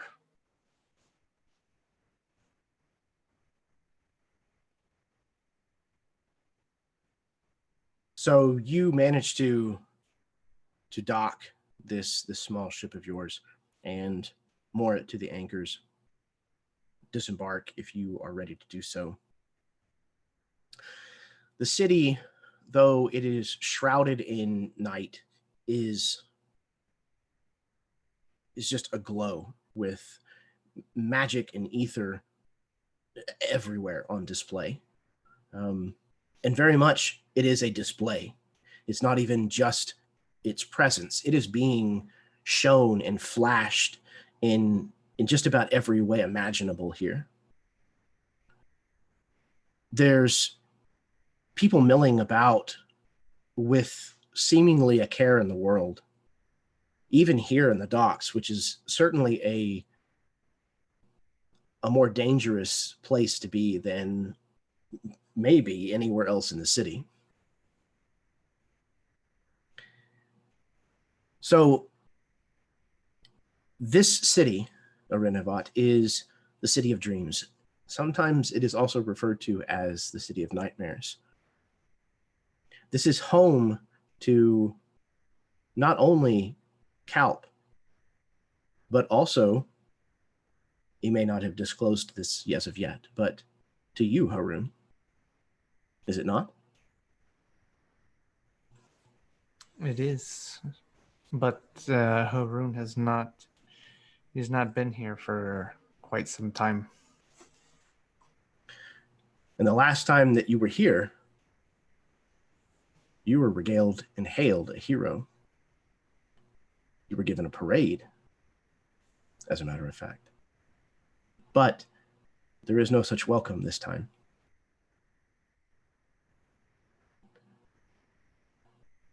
As the five of you disembark from your airship, where are you going? What's the plan?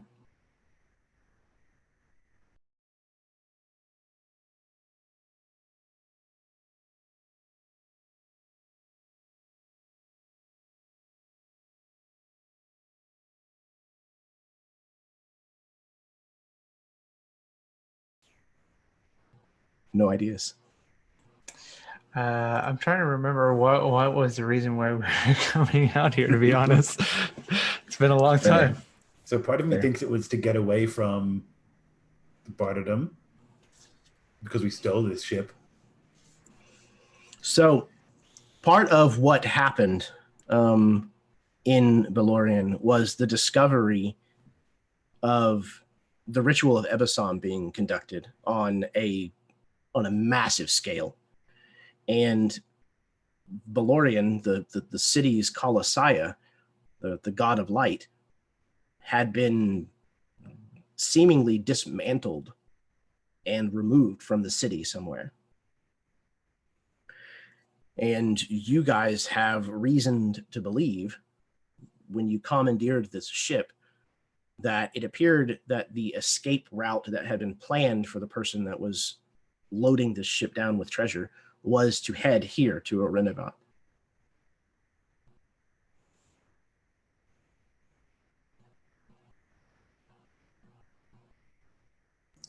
that makes more sense. So I guess we want to find this person or that ship. I don't know where to start. Ingrid has never been here, I don't think. And it's a lot, I think, to look at.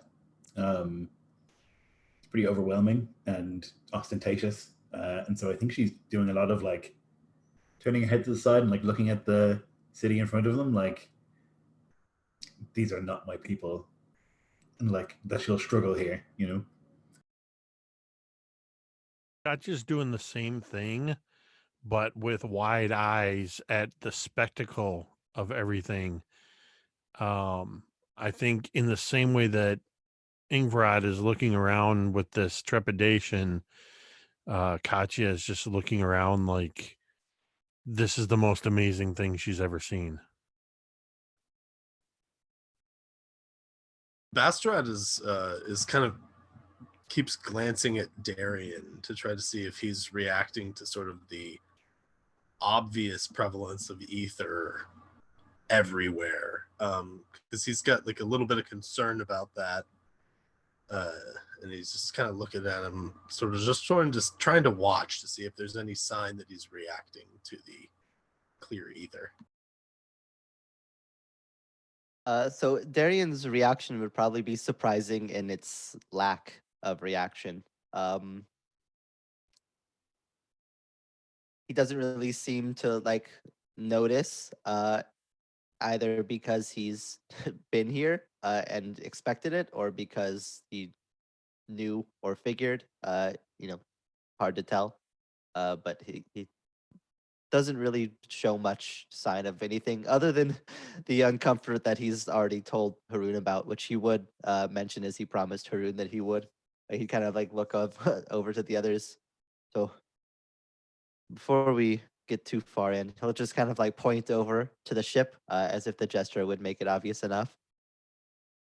I know the person who owns that ship.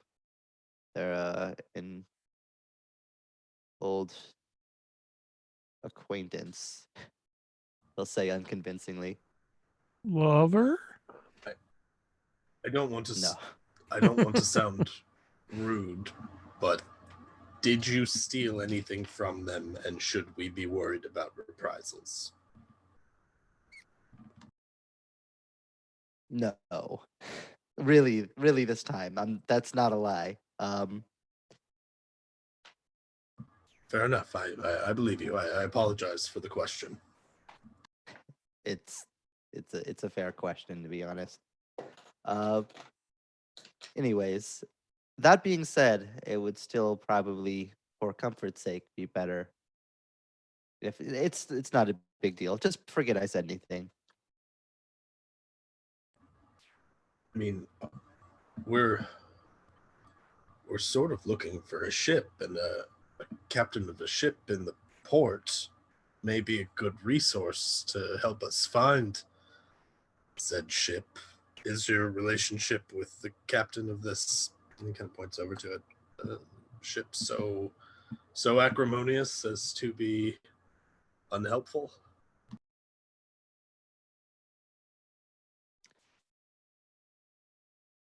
Like many people that I used to know,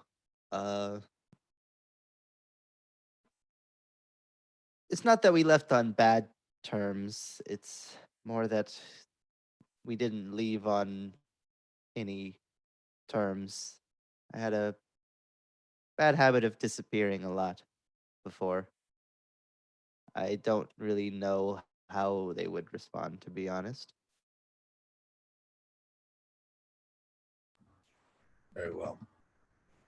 Do you think perhaps a dock master? You've been here before, I take it? You're a traveler.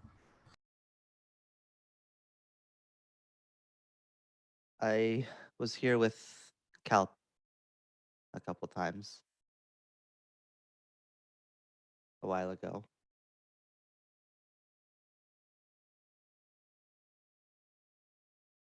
And this is his Kind of home. like fall away at that, yeah. We should inform his family.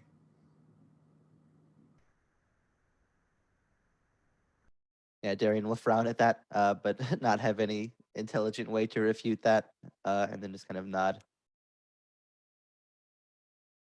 Yeah, they should probably know, and who knows, maybe they'll have some lead.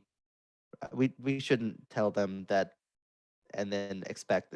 I'm sorry, it's yeah, we should tell them.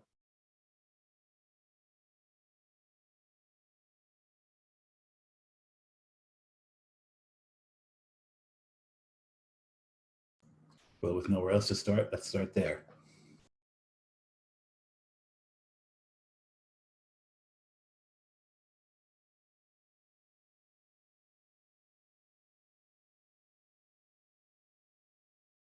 Very well.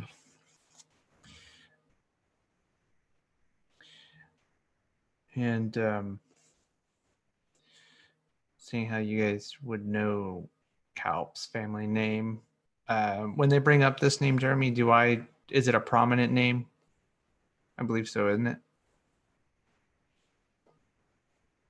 Yes, they are. They are of particular renown because they are a family of nobility, but they are of the Valilam elves, which are typically the ones that are more tied directly to nature, as opposed to the Dryendil elves, which are the ones that are more civil, quote unquote. But his family in particular is very, very wealthy because they produce like a very high grade form of ether that's kind of highly sought after. There also are rumors that they're basically an organized crime family. We can't go to them. You know what they did. You saw what they do to people. And that's why Because we looks should go there. pleadingly. Confront them. He'll smile a little at that. I don't know if that's a great idea. It won't just be, a mom and pop visit. Calp's family is big, big time. The chances of us even speaking to them directly, is going to be difficult. Getting through guards and red tape. Well, I would imagine the death of their child would be something they'd want to hear. And I imagine confronting them about their morality in their own home, probably something they won't want to hear. yeah, she like frowns like she doesn't really understand the issue. But she's not from here, and so she sort of like agrees in principle with whatever like Darian and Haroon put forward.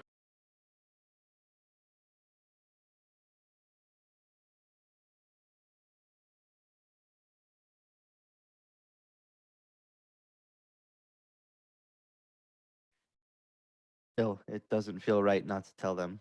I do agree there. But we should keep it brief and keep it on topic. Yes, let us go pay our respects, and perhaps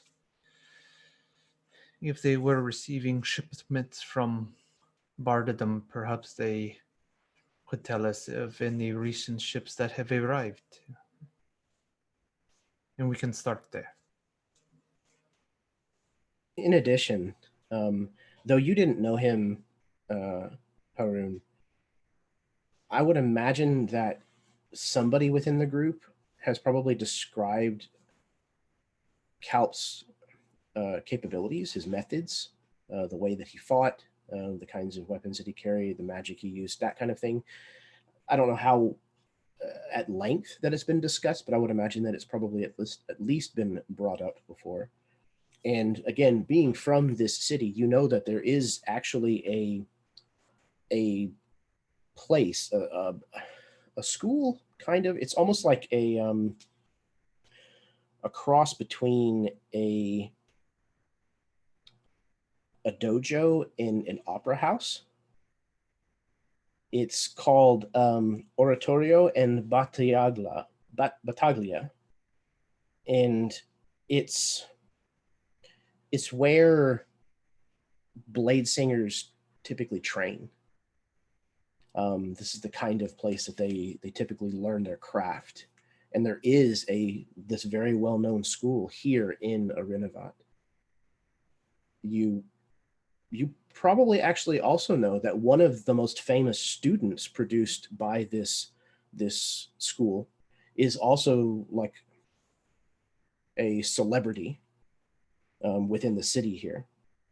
And you have heard stories that her name is Chanraba, and you've heard stories that Chanraba has potential connections to the Ontuo family, the family of Kalp.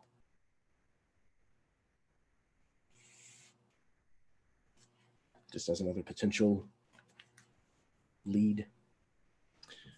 Okay, absolutely. I think we'll start with the family first, and if that doesn't go anywhere, perhaps a close friend of Kalp's will be able to help us. That's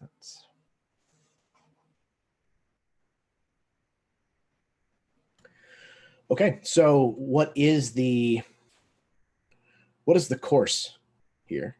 Are you going to simply try to find his family's estate and just walk up to the front gates? Like that would be Ingvarad's method, but it's probably not the best method. That's pretty much Darian's method, to be honest. Would protocol be like we would have to send ahead? I want to say messenger, but basically somebody to kind of like announce that we're showing up, so that we don't show up unannounced, I guess. Yeah, that would probably be the best way to handle it. If they're going to agree to see you. There's no telling. Okay. And the way I would preference it, I imagine just on the dock, there are probably several of these messenger services, these people that just kind of run throughout the city delivering messages and whatnot. And Haroon would find one and inform this messenger who would pull out some sort of inkwell and probably like turn around, and on their back there's just like this flat board that they can somebody could write something on. And what he would scribble in there is that he would notify the house of Anato that the Haroon, captain, requisition captain of the Calladora, is planning to pay respects and visits on behalf of their son, Kalp. So kind of make it like a formal, in the sense of like reporting as if like when a soldier falls in battle and notifies the family, kind of make it formal in that sense.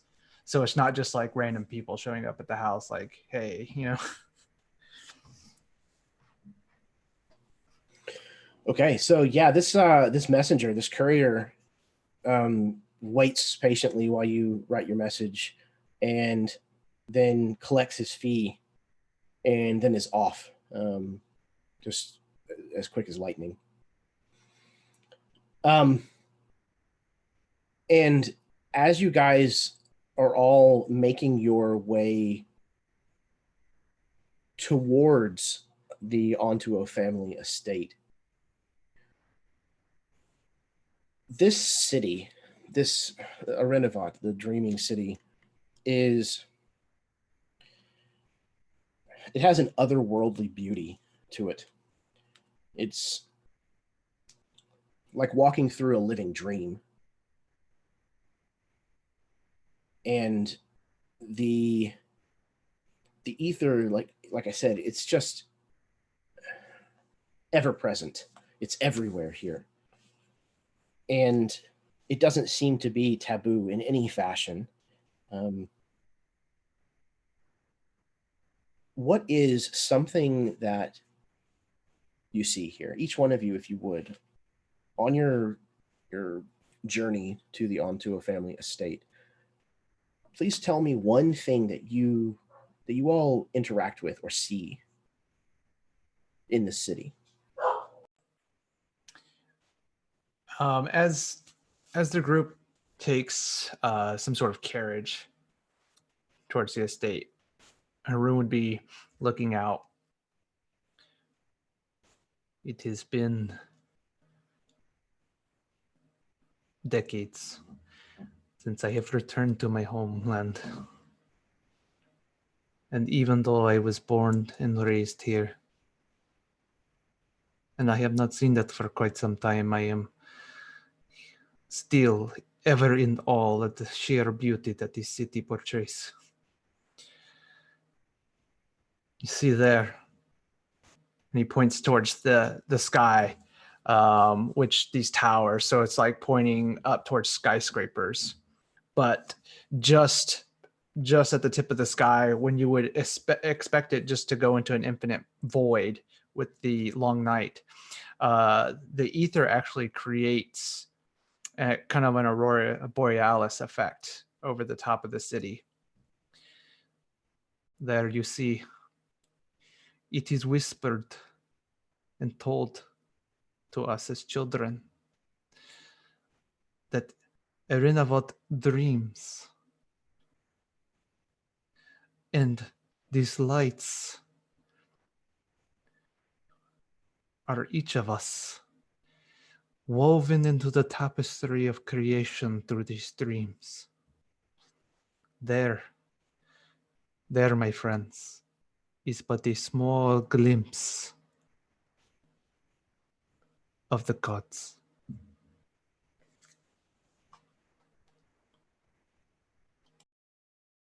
Asterod's eyes are more trained on ground level, as he sees this ether very differently. As he sees a few sort of somewhat staggering elves that are openly consuming these vials of ether in the street, and some of them, one or two of them, seem like they're almost starting to like kind of drift into a float, as if they're in water, while they just stand. Like their legs don't leave the ground, but their bodies just sort of swish and start to move. And you see that just a number of people that are just kind of obviously barely there, that are absorbing this ether in vast quantities. And that probably sort of subsides as you move out of the dock area and into nicer regions, but that's what Bastorat is sort of focused on. Ingrid just sees decadence like everywhere, like she's never seen before. Just like insane wealth and ostentatiousness, like everywhere. And like even the fashion is like very, I would imagine, very like immodest to her eye, and so there's a lot of like skin on show, and she like passes a like an art installation, which is like there are elves there that have been like tattooed and like painted on, and they're naked, and this is like insane to her, and she like sort of does this and like walks by quickly, like trying not to look. It just seems like an immoral place where avarice and decadence are more important than any sort of sense of reality.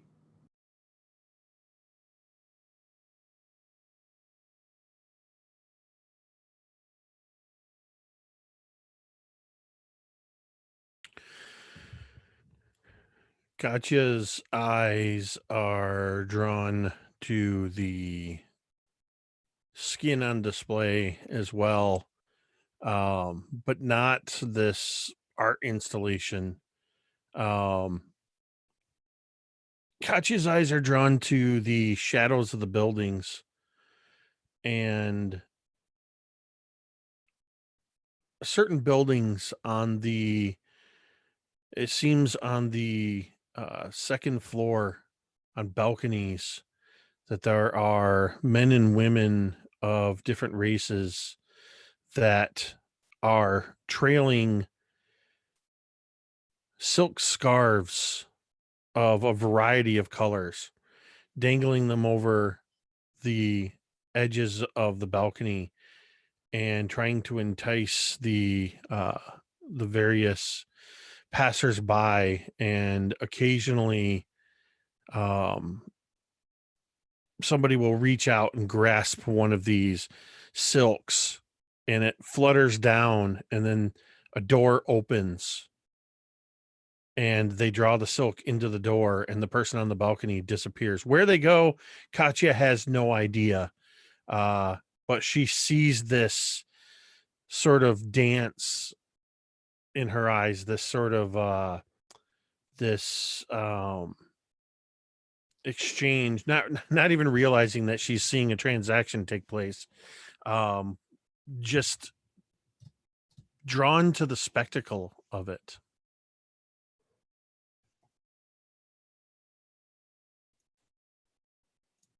While they're writing, Darian has like his shirt like pulled up around his nose, trying like not to breathe in the aether that just fills everywhere. He's like rubbing his temples, like he has a headache, like as he keeps like being exposed to all these different sensations of it that he's trying to avoid, but it's just not possible here. But trying to like hold it together and like find something to distract himself. He'll like tap Katya on the shoulder and kind of point at a building that they drive by in this carriage, and say, you know, that place, it's an interesting place. Fill the whole thing up with aether in this gaseous form, just covering the whole place. And then these elves will use their magic to cast lights and illusions through it.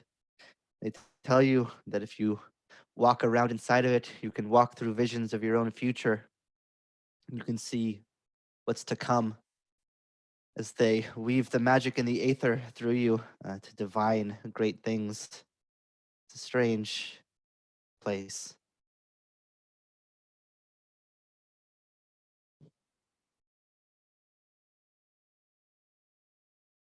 As they like pass this like fortune telling aether parlor, he'll just like make a note, like much too familiarity.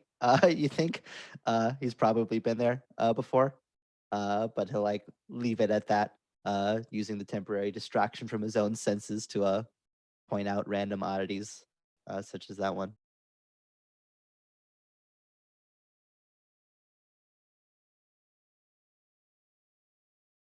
So your carriage continues to kind of rumble through the streets of the city, having to pull up short here and there where there's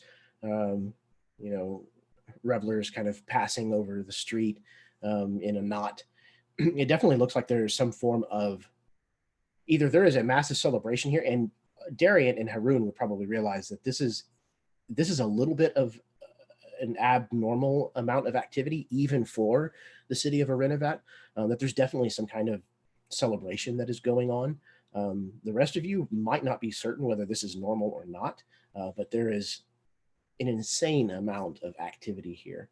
And at one point, your carriage swerves violently to the side, very, very suddenly. And there's this bizarre noise, this kind of noise that streaks by you twice in succession. And any of you who happen to look out see these, it looks like a carriage, but there's no creature, there's no beast of burden. These are driven by ether, and these are moving at incredible speeds. And two of them seem to be racing with one another. You hear the carriage driver cursing in Elven loudly at them as he tries to gain control of the carriage and the creatures that are pulling this thing. Damn it! Every time.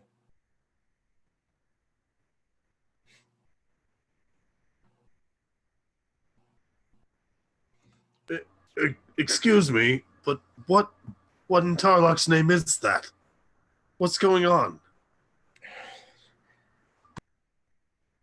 These carriage racers, ether-powered carriages, they're popping up left and right. More and more every day. They have no concern for anyone. They don't share the road. Bastrad will turn to Darian. Is every city like this? I've never been to a place this large. Are they all this? And he kind of looks out at all the people and the whizzing cars things. Like, what? Are they all this busy? Darian will just like shake his head. There's only one place like this, and that's here. How does anyone get any work done? Mostly they don't, to be honest. This is kind of how most people live around here. I'll just gesture to the chaos. Yeah, Bastrad will just kind of lean back with a disgusted look on his face, like a bit of shock and disgust, like, ugh, how?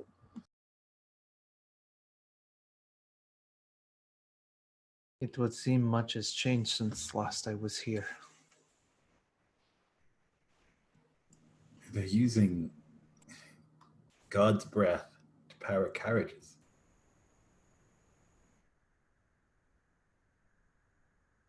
Guards aren't breathing in much right now anyways. That's what they would tell you. Even I think that's wasteful.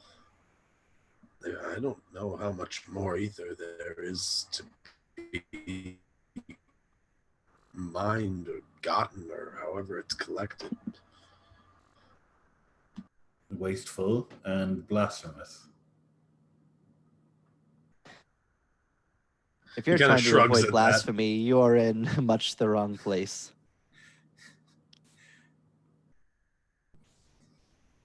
She like rubs her forehead, like thinking that like every place is the correct place. You know, like it's not a question of where you are. But she like takes the point and just sort of like quietly nods and looks at the window for any other blasphemy she can see, which is everywhere.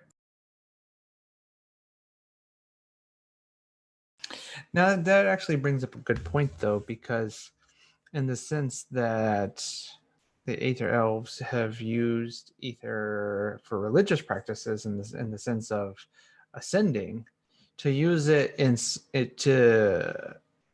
I don't know how recent, but to start to use it to power ships, and now to start powering things such as this, and maybe even some more mundane everyday things. I mean, what would that, that would be a change, that would be a shift in the culture, would it not? Right. Like So- for Ingrid, the religious part of ingesting it is not so bad. She doesn't think that's like nuts. It's particularly this, like, and the using it for like to power your lamps or whatever, like that's a different thing. Like using it to ascend, she thinks it's wrong, but she also thinks that like everyone who doesn't believe exactly what she believes is wrong, so whatever, she's a priestess. But it's this sort of, like you were saying, like the use of it as a convenience is very different. Recreation, even. Yeah. Like, Yeah, for it's the a ship, commodity it's at this necessity. point. Yeah. Yeah, so the elves have used ether to power the engines of their ships for some time. These ether carriages are definitely something that is new within the last 2 or 3 years, maybe 5 years at the most, from prototype to what you're now seeing, these kind of more fancy rigs where there's multiple of them racing one another. That's definitely new. And I would say that it's probably new enough that the elven culture is probably somewhat divided on it. There's a lot of people who are able to justify the usage of it in airships, because ether also powers magic. It also powers basically like electricity in the elven cities. So there is a more mundane usage of like a particular processed version of ether. in this way. But like the tanks on these ether carriages and the amount that they likely go through is obscene by most elves standards.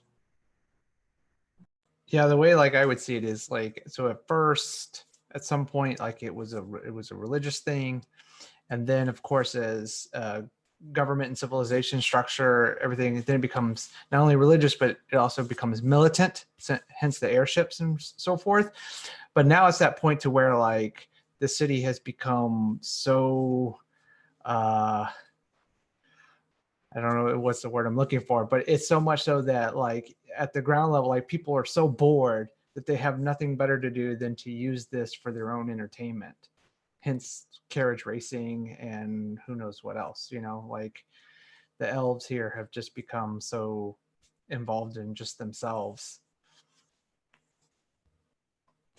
Yeah, and that stands to reason, because families like the Ontuo family and things have gained more and more control over the way that the city is kind of run, and it certainly has had its effect on the overall culture of Arinivat.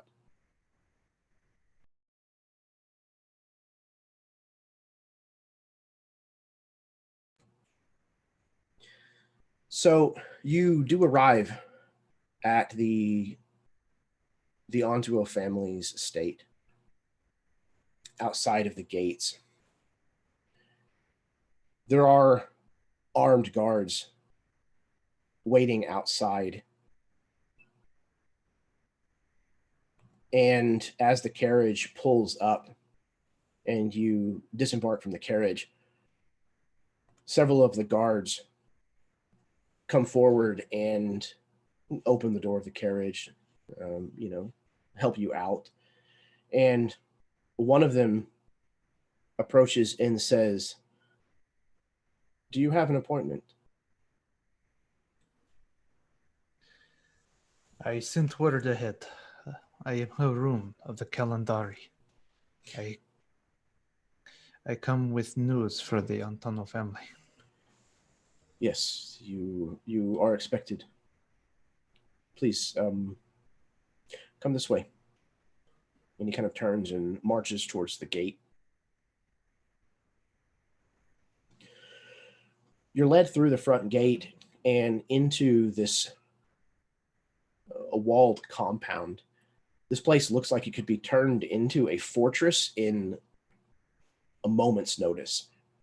But it is all done in a very aesthetically appeasing light. These look like they're both functional and meant to be pleasant for the eye. You're led into this large courtyard that has water, like its own private lake or pond that kind of seems to go throughout the compound. And almost all of these structures are either built on little connected islands by bridges or are raised up off of the ground on like floating chunks of rock. And you're walking down one of these kind of wide bridges towards this large structure that's not that far into the compound, but seems to be a fairly dominant building. And down an ancillary bridge, you can see 2 or 3 figures that are walking. They have heavy robes on. Their hoods are pulled up, possibly against the cold of the night. But one of them turns to say something to the other. And Ingvarad, what is it about this individual's face? What feature is it that is unmistakably a recipient of Ebasam, the ritual? They have like elves of angular faces anyway, at least to Ingvarad's eye. But they have these like very pronounced brow ridges, to the point where it almost looked like there might be like a bone bursting through at any moment. Like it's very pronounced forward, on either side, and it looks kind of off-putting. Maybe it's something else found aesthetically pleasing, but it definitely doesn't look good to Ingvarad. So it's like these brows and cheekbones as well, like pointing out, and the skin looks sort of stretched, taut over it. And there's a moment when this individual is talking to their companion, and their eyes shift ever so slightly to you, to see you kind of staring back at them. And then they finish whatever they're saying to their companion and turn, and the two of them continue to walk towards a different part of the compound.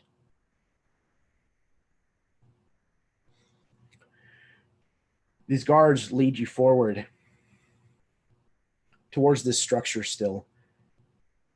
And you mount a few flights of stairs to find this kind of large open air seating area where there's a group of individuals seated at a table. And not all of them seem to be elves. It looks like there are a few of them that are human, but the elves that are present are definitely in the process of ascendance. They show heavy ether usage. Their skin, the places that you can see it, is that telltale sign of gray and cracked. And beneath the cracking of their body is the incorporeal form that elves take as they consume ether. This kind of blue glow that kind of fills and leaks out of them as smoke from these open orifices. As you approach, there's one that is seated at the hood of the table, or the head of the table rather, and has this hood and immaculate facial mask that's kind of all of this filigreed golden colored metal. And he steeples his hands in front of him and watches as you all approach with these slivers of glowing blue eyes. And he says, "You are requisition Captain Harun, are you not?" I am, and many blessings upon you and your family. He nods. And then he kind of looks to those that are seated at the table with him and makes kind of a dismissive wave with his hand. They gather stacks of paper, collect coins and things that are kind of carefully divided up on the table. And after gathering these things, they get up from their seats and they leave, leaving plenty of empty chairs for all of you.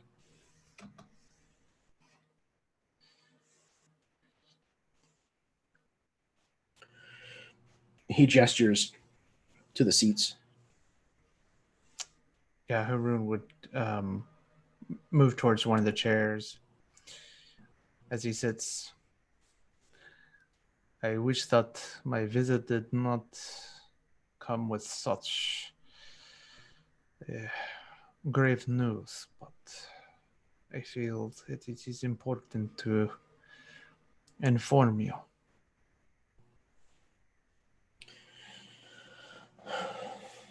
So Calp has ascended, or has he perished? I did not have the fortune to meet him, but my companions here were there. If you would allow, and he turns to Darian, I will let my companion here tell you his story. Darian, this mask turns its glowing eyes in your direction and seems to consider you for a moment. And then nods slightly. Please, how did it happen?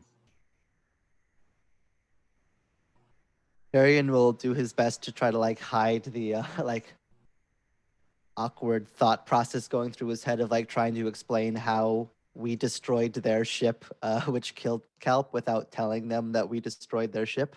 And like trying to figure out the best way to say it will like take a second, but then kind of like try to shake himself away. Kelp was a friend of mine in a way, of ours. He was traveling with us. And then on a journey into shoot, I'm out of character. I'm blanking. What was the name of the city that we were venturing into next to the partner now? Belorion. Yeah, Belorion. Yeah. We were going into Belorion to help to retrieve some of the things there.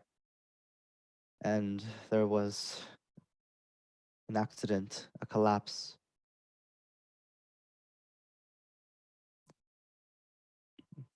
We made it out, but Kelp didn't. We would never have made it out of there at all had it not been for Calp's quick thinking and wit and bravery. So we decided that we at least owed him this to tell you ourselves. Ingvar's Arian looking will like. between them. Sorry, go on. Like, Ingvar's looking between them like, this is not what happened. Like, that's not how he died. And like, if we're coming here to like tell you, like, she's not saying anything, but it's clear on her face that like she's looking at you, Darian, and then at you, Bastrad, like, why are you telling them this falsehood? But she doesn't want to talk to these people and make a scene, but she's confused as to why we're lying. Darian will slide his hand across the table and let go. He had like been keeping it in his hand like the whole time, like since they had approached, but just now like showing it. Will like let the ring clatter onto the table before just kind of pulling it back.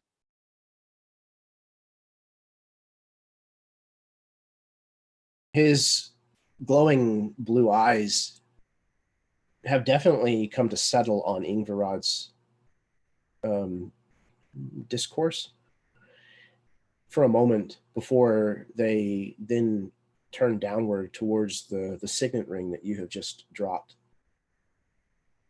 And he unsteeples his fingers and reaches for the ring.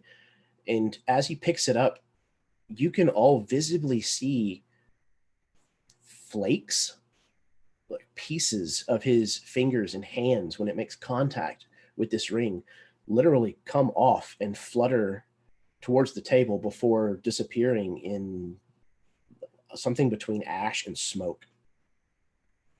He takes it and turns it over in these crumbling fingers for a moment. Calpe Anum Alma was always reluctant to take part in family matters. He turned his back on us a long time ago. But with the death of Fronamir, our family is admittedly at a loss for leadership. The death of a second son is troubling.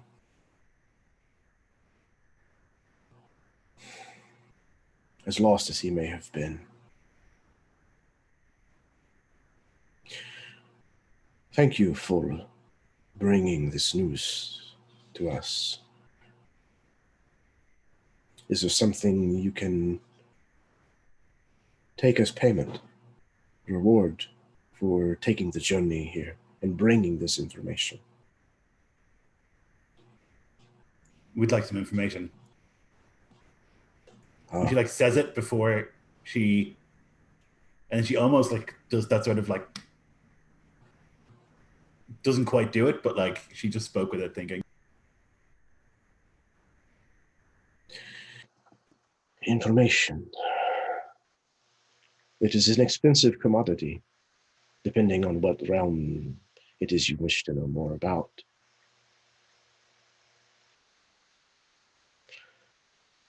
But I am indebted to you.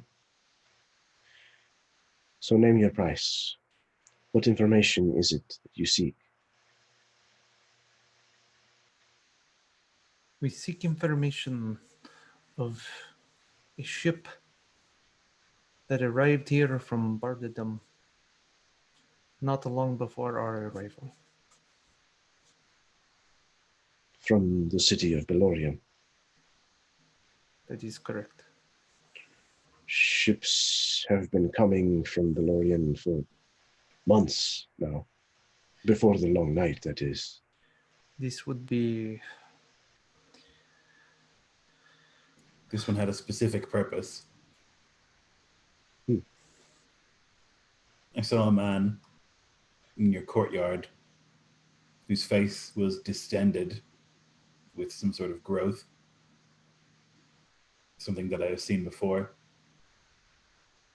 And something that we understand was happening in Belorion on a mass scale. And something that was happening on a ship of yours. He leans back in this elaborate chair and doesn't say anything for a long time.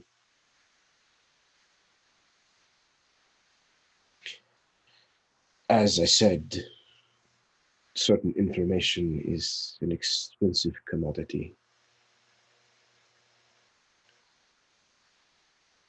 I think perhaps something of more material value may be worthy of your compensation. You should not continue with this line of questioning, I think.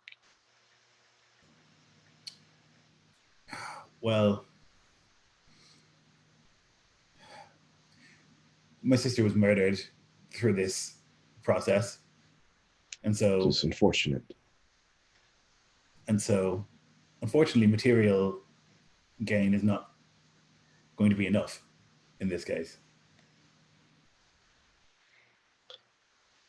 I see. Vengeance, is it then? Justice. From my understanding, there is very little difference between the two. Then it would appear you don't understand either.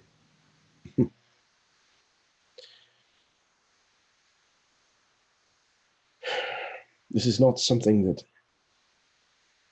I am prepared to discuss with you. There are those who are involved that are not with the Ontua family.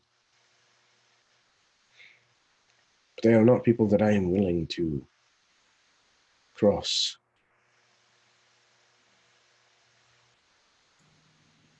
I will not endanger the rest of my family to placate your vengeance. Forgive me. Your sense of justice. It was one of your ships.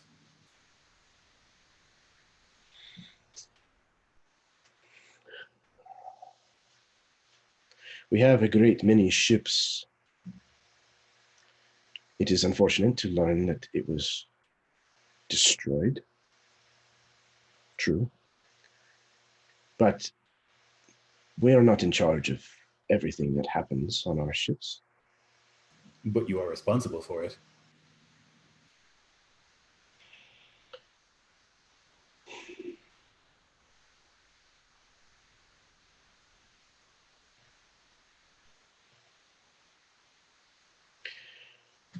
If you wish for information, for me to betray the promise that I have already given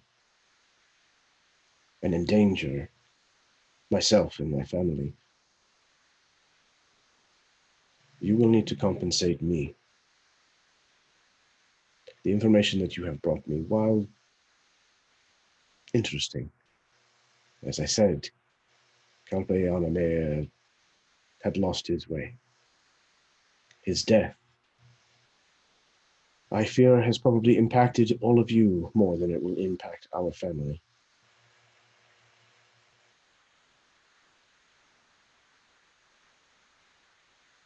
And what sort of payment would you need for such a thing? Surely not material either. No. Material goods are of this world.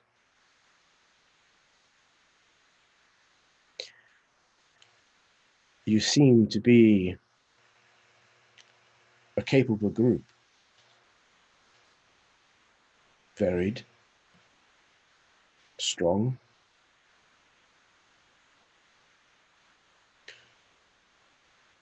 You will owe me a favor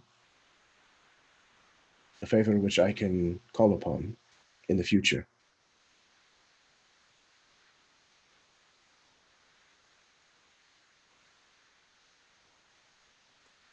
Arian will like quickly scan the others to see if anyone's like going to quickly object, but he seems fairly unperturbed by that. Bastrad is quietly seething, quite clearly. He's trying to like clench it down, but he is definitely not happy with this idea.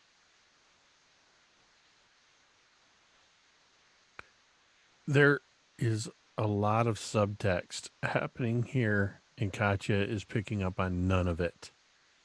She is looking at everybody, trying to figure out just what the heck is going on.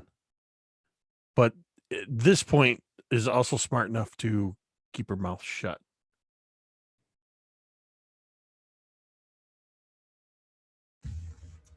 Haroon chimes in. I think perhaps we have already taken up too much of your time and your generosity at this point.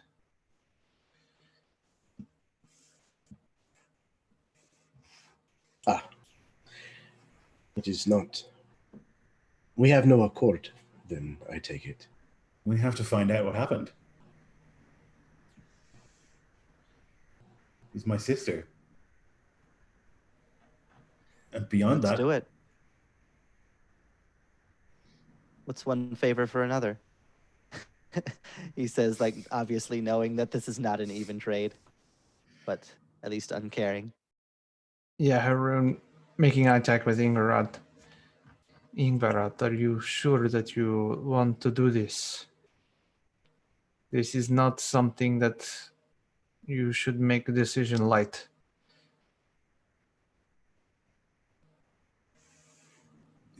there's nothing else that I can do. There's nothing else that Bastrad can do. We've come this far and it's impossible to go back.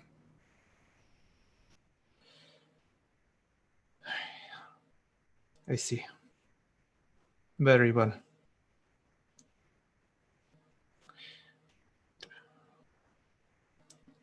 Looking back at their host,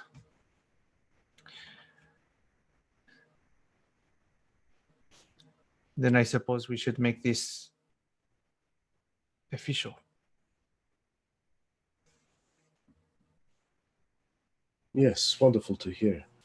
He raises a finger and motions this crumbling, glowing digit.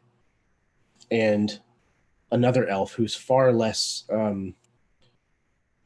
decrepit approaches, kind of, coat with long tails on it, wearing, linen gloves, very, very much a part of the help, approaches with like this tray and produces it. And there's a scroll with an inkwell and a quill sitting on this tray. And this valet, if you will, this butler, puts this tray down in front of him and kind of squares it up, and then falls kind of back to an attention stance with his hands kind of folded in front of him.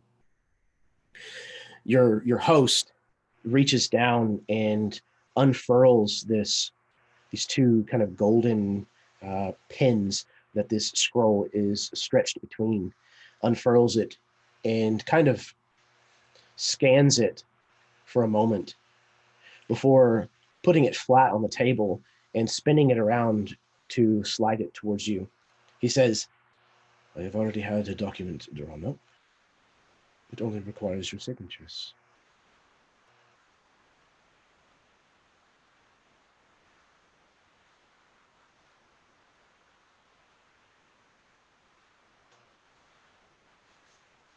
Is it in Elvish, I assume?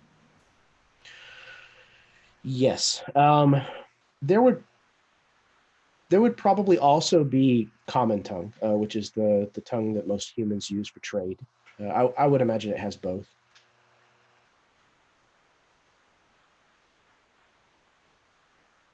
Yeah, Ingrid would read it at least, and like see what, if anything, are the terms. Like, is it like, I'll tell you this and then you just owe me an undefined favor that I can call upon at any time, and if you don't answer it, we will kill you? I mean, yes, it's definitely put a lot more in legalese. Legalese, yeah, absolutely. It kind of goes on and on ad nauseum, and it uses a lot of ink to say very little. It's very open-ended on their part, very vague, and seems to be. I mean, it's one of those things where you're rightfully nervous in signing this contract. Astrad will look to Ingvarad and just kind of say as quietly as he can, "I won't help capture any ether slaves for this monster. You know that. I know you won't either. What does it say? Will they make us do that? Can they make us do that if we sign this thing?" She'll look up to the guy and say, there are certain conditions, certain things we cannot morally allow ourselves to do.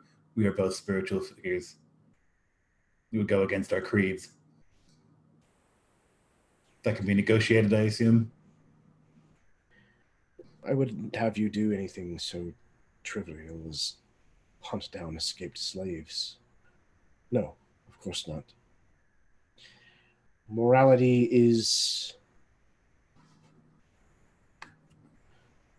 a point that I am willing to concede to a degree. If you use it as a shield to hide behind it, it will invalidate our agreement. That's not my intention. There are just some things that I will not allow myself to do.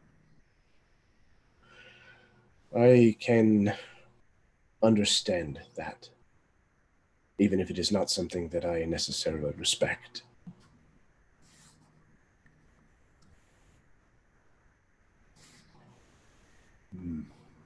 Rune is going to. I want to use my channel divinity, and invoke Emissary of Peace, which is basically I augment my presence with divine power, and it grants me a +5 bonus to persuasion checks for the next 10 minutes.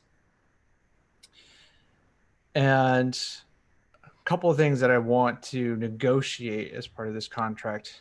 One would be that aside from the morality issue, that we will not be asked to harm ourselves or each other. That it is not for an indefinite amount of time. We will give. I mean, they're giving a name at most. So I would say probably there's a time limit on this. Let's say it's 1 year, or of that length of time for them to call in this favor. It's up to them whether they use it within that time or not. Because I don't want this to be like, let's say Ingvarad or Bastarad can't fulfill it, and then all of a sudden it's going to go on to their daughter because the contract is still open. So it has a cutoff time. Okay. So yeah, you would probably be pretty aware with like elven contracts, not necessarily this level of legality necessarily, if you will, legality. But standard is kind of a year and a day. It's kind of like the promise whenever somebody swears a life debt, anything like that. Right. So yeah, that's certainly not out of the ordinary. But because we're actually going to use some game mechanics, go ahead and make the roll. All right.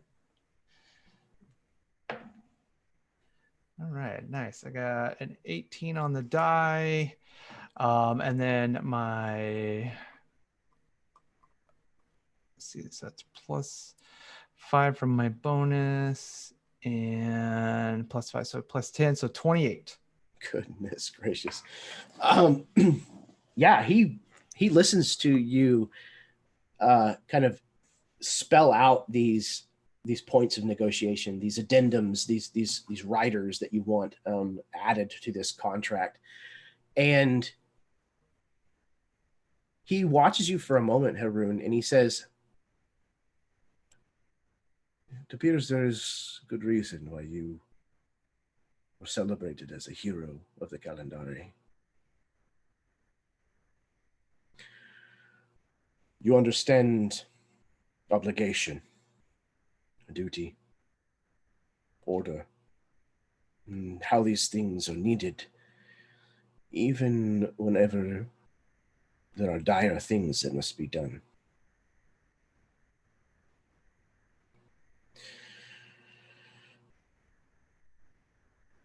These requests are reasonable." He takes the quill, dips it in the inkwell, and begins to add these riders to this contract. Anybody who's watching can see that he's writing down legitimately what was detailed by Haroon. When he's finished, he takes a small bowl of fine sand, sprinkles it over the newly written portion of the document in order to blot the wet ink, and then blows as this black ether smoke kind of rolls out from his mouth and scatters the remaining sand and dust away from the page before he then returns it back to you for your approval and your signatures. Looking it over and ensuring that everything that we have discussed has been documented in here. Being the ambassador brokering this this deal, would then turn it over to Ingrid as she was the one that initiated.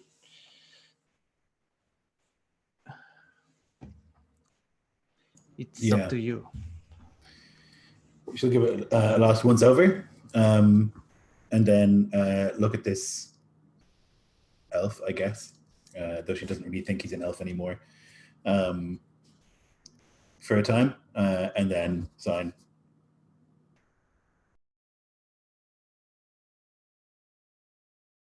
If Ingrid is willing to sign it, then Basterad will sign it.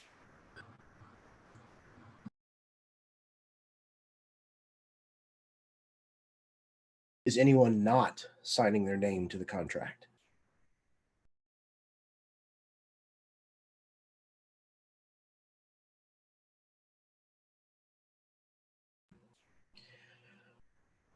Once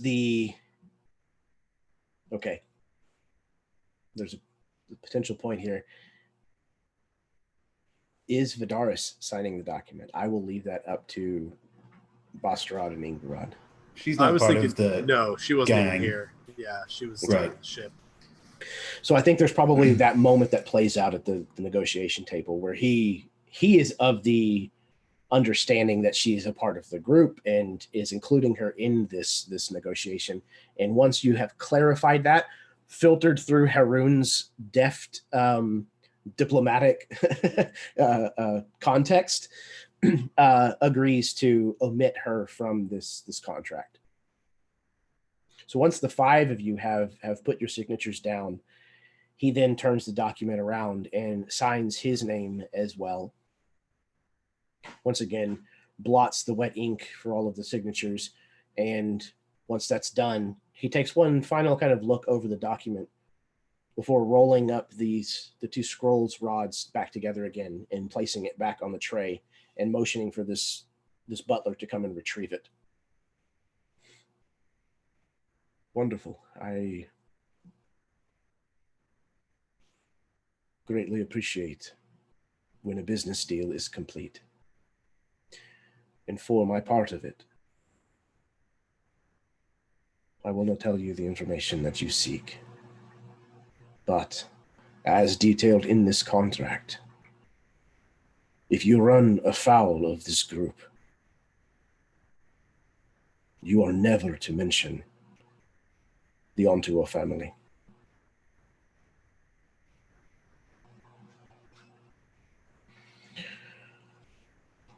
There's a group. They call themselves the Throes of Sunset.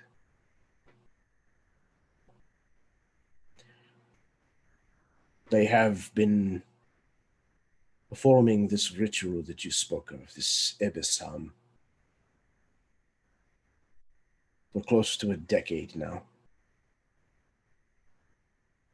Systematically removing Belorion from his namesake city, piece by piece, and grafting it onto their slaves and members of their,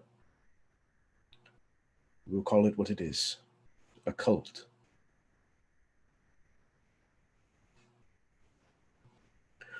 What they wish to do with it, I do not know. But a great many of them are dwarves. He kind of looks to Katya, who's been silent this whole time. Many of them are still here in Arinivat, along with the sovereign oracle of Belorion. Valilani is here in the city, and he was involved in the entire operation.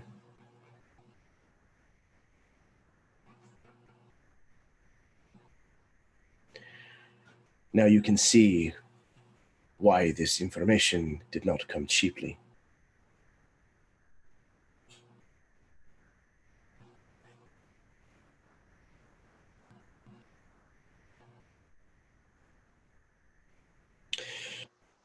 If our business is finished for the time being, I do have other matters that I must attend to.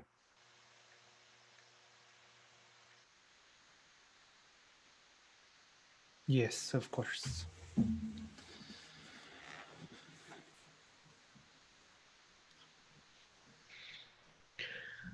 So you stand from the table. He remains seated.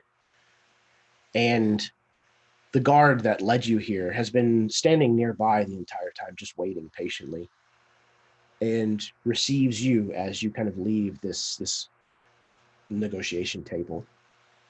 And he kind of starts to usher you back towards the front gates of the estate.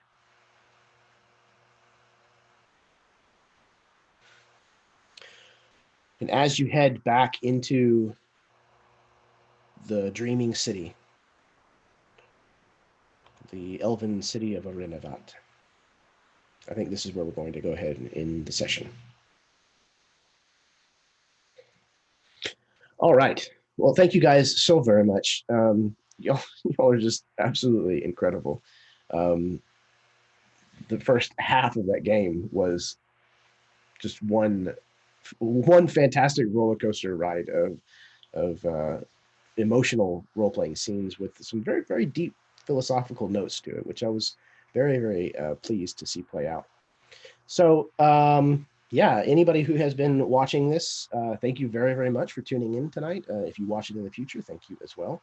Before we put a bow on it and call it a night, I'm going to throw things back over to my players. They can do their introductions, blow kisses, whatever they want to do. So we'll go ahead and do that, and then we'll call it a night. So first up, let's go with Alan. Hey everyone, thanks Jeremy and fellow players for another awesome session. Always, as Jeremy said, I'm glad that we were able to get this in this month and not have to wait another month. You can catch me on the social medias at CFTRPG, and make sure to catch me on the Mini Terrain Domain Twitch channel for Fridays, Curse of Strahd. With that, I'll just pass the baton over to Jeff. Yeah, I'm Jeff from Counterbalance.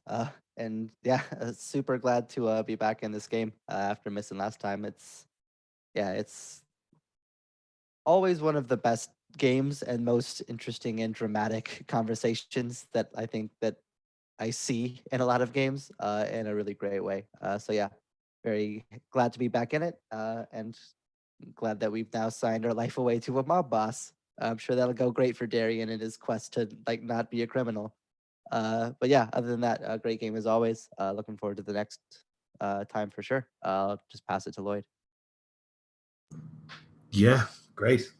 It's like the first conversation I had was like, is it possible for people to change? And it's like, if you start there, like, like it's so heavy immediately. I was like, oh boy. But in a really good way. We had like 90 minutes of nonstop, like, bomb dropping. So it was great. Yeah. Yeah, Austin, you go. I don't really have very much to add, just that it was fantastic as always. So fun to watch you guys, and I guess take part in it. Every once in a while, I'm like, oh yeah, I should be saying something too. I'll just wait a minute and let it play out because this is great. So always have a ton of fun playing with everybody. So thanks again. And again, nowhere to see me online other than right here. So continue watching.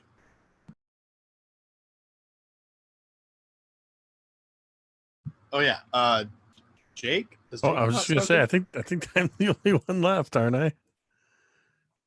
Am I the last one? All right. Well, yeah. This man, this game is always like a masterclass in shared spotlight and just going with it, just letting the story and the characters take us wherever it takes us. I mean, you can't even really plan for this stuff. The conversations happen and we all just riff off of one another, and it's just so awesome. This whole group dynamic has been incredible from the start. So yeah, that's it's great to have a 20-minute philosophical discussion on morality and in this world, and then sit back for another 45 minutes while watching two other characters interact. It's just incredible. I'm Jake from Mini Terrain Domain. We stream mostly Dungeons and Dragons on Sundays, Mondays, every other Tuesday, and every Thursday.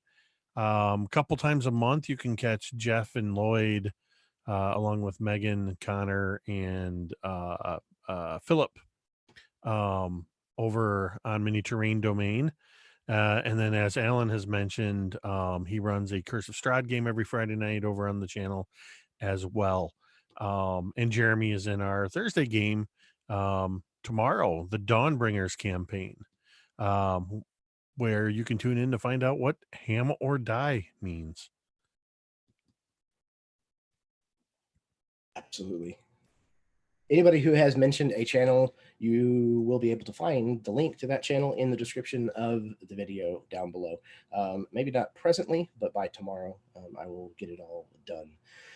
So, guys, thank you very much. Every time we sit down to play, I end up with not much to do. No, no, I just become enraptured in what you guys do. And each one of you has really taken a firm hold of this setting and your characters. And I love watching the kind of stuff that you guys mold out of what you're given. It's a pleasure to give you guys that wet clay and just let you go. So I appreciate you guys making my job very, very easy and enjoyable. And like I said, anybody who may be watching this, thank you very much. If you just are tuning in, then definitely go back to the beginning and watch this whole thing up to this point, because it is a very, very high bar as far as I am concerned that these guys have set. And I'm sure that they will continue to do so. So until next time, may your dice roll high and your snacks always be within reach.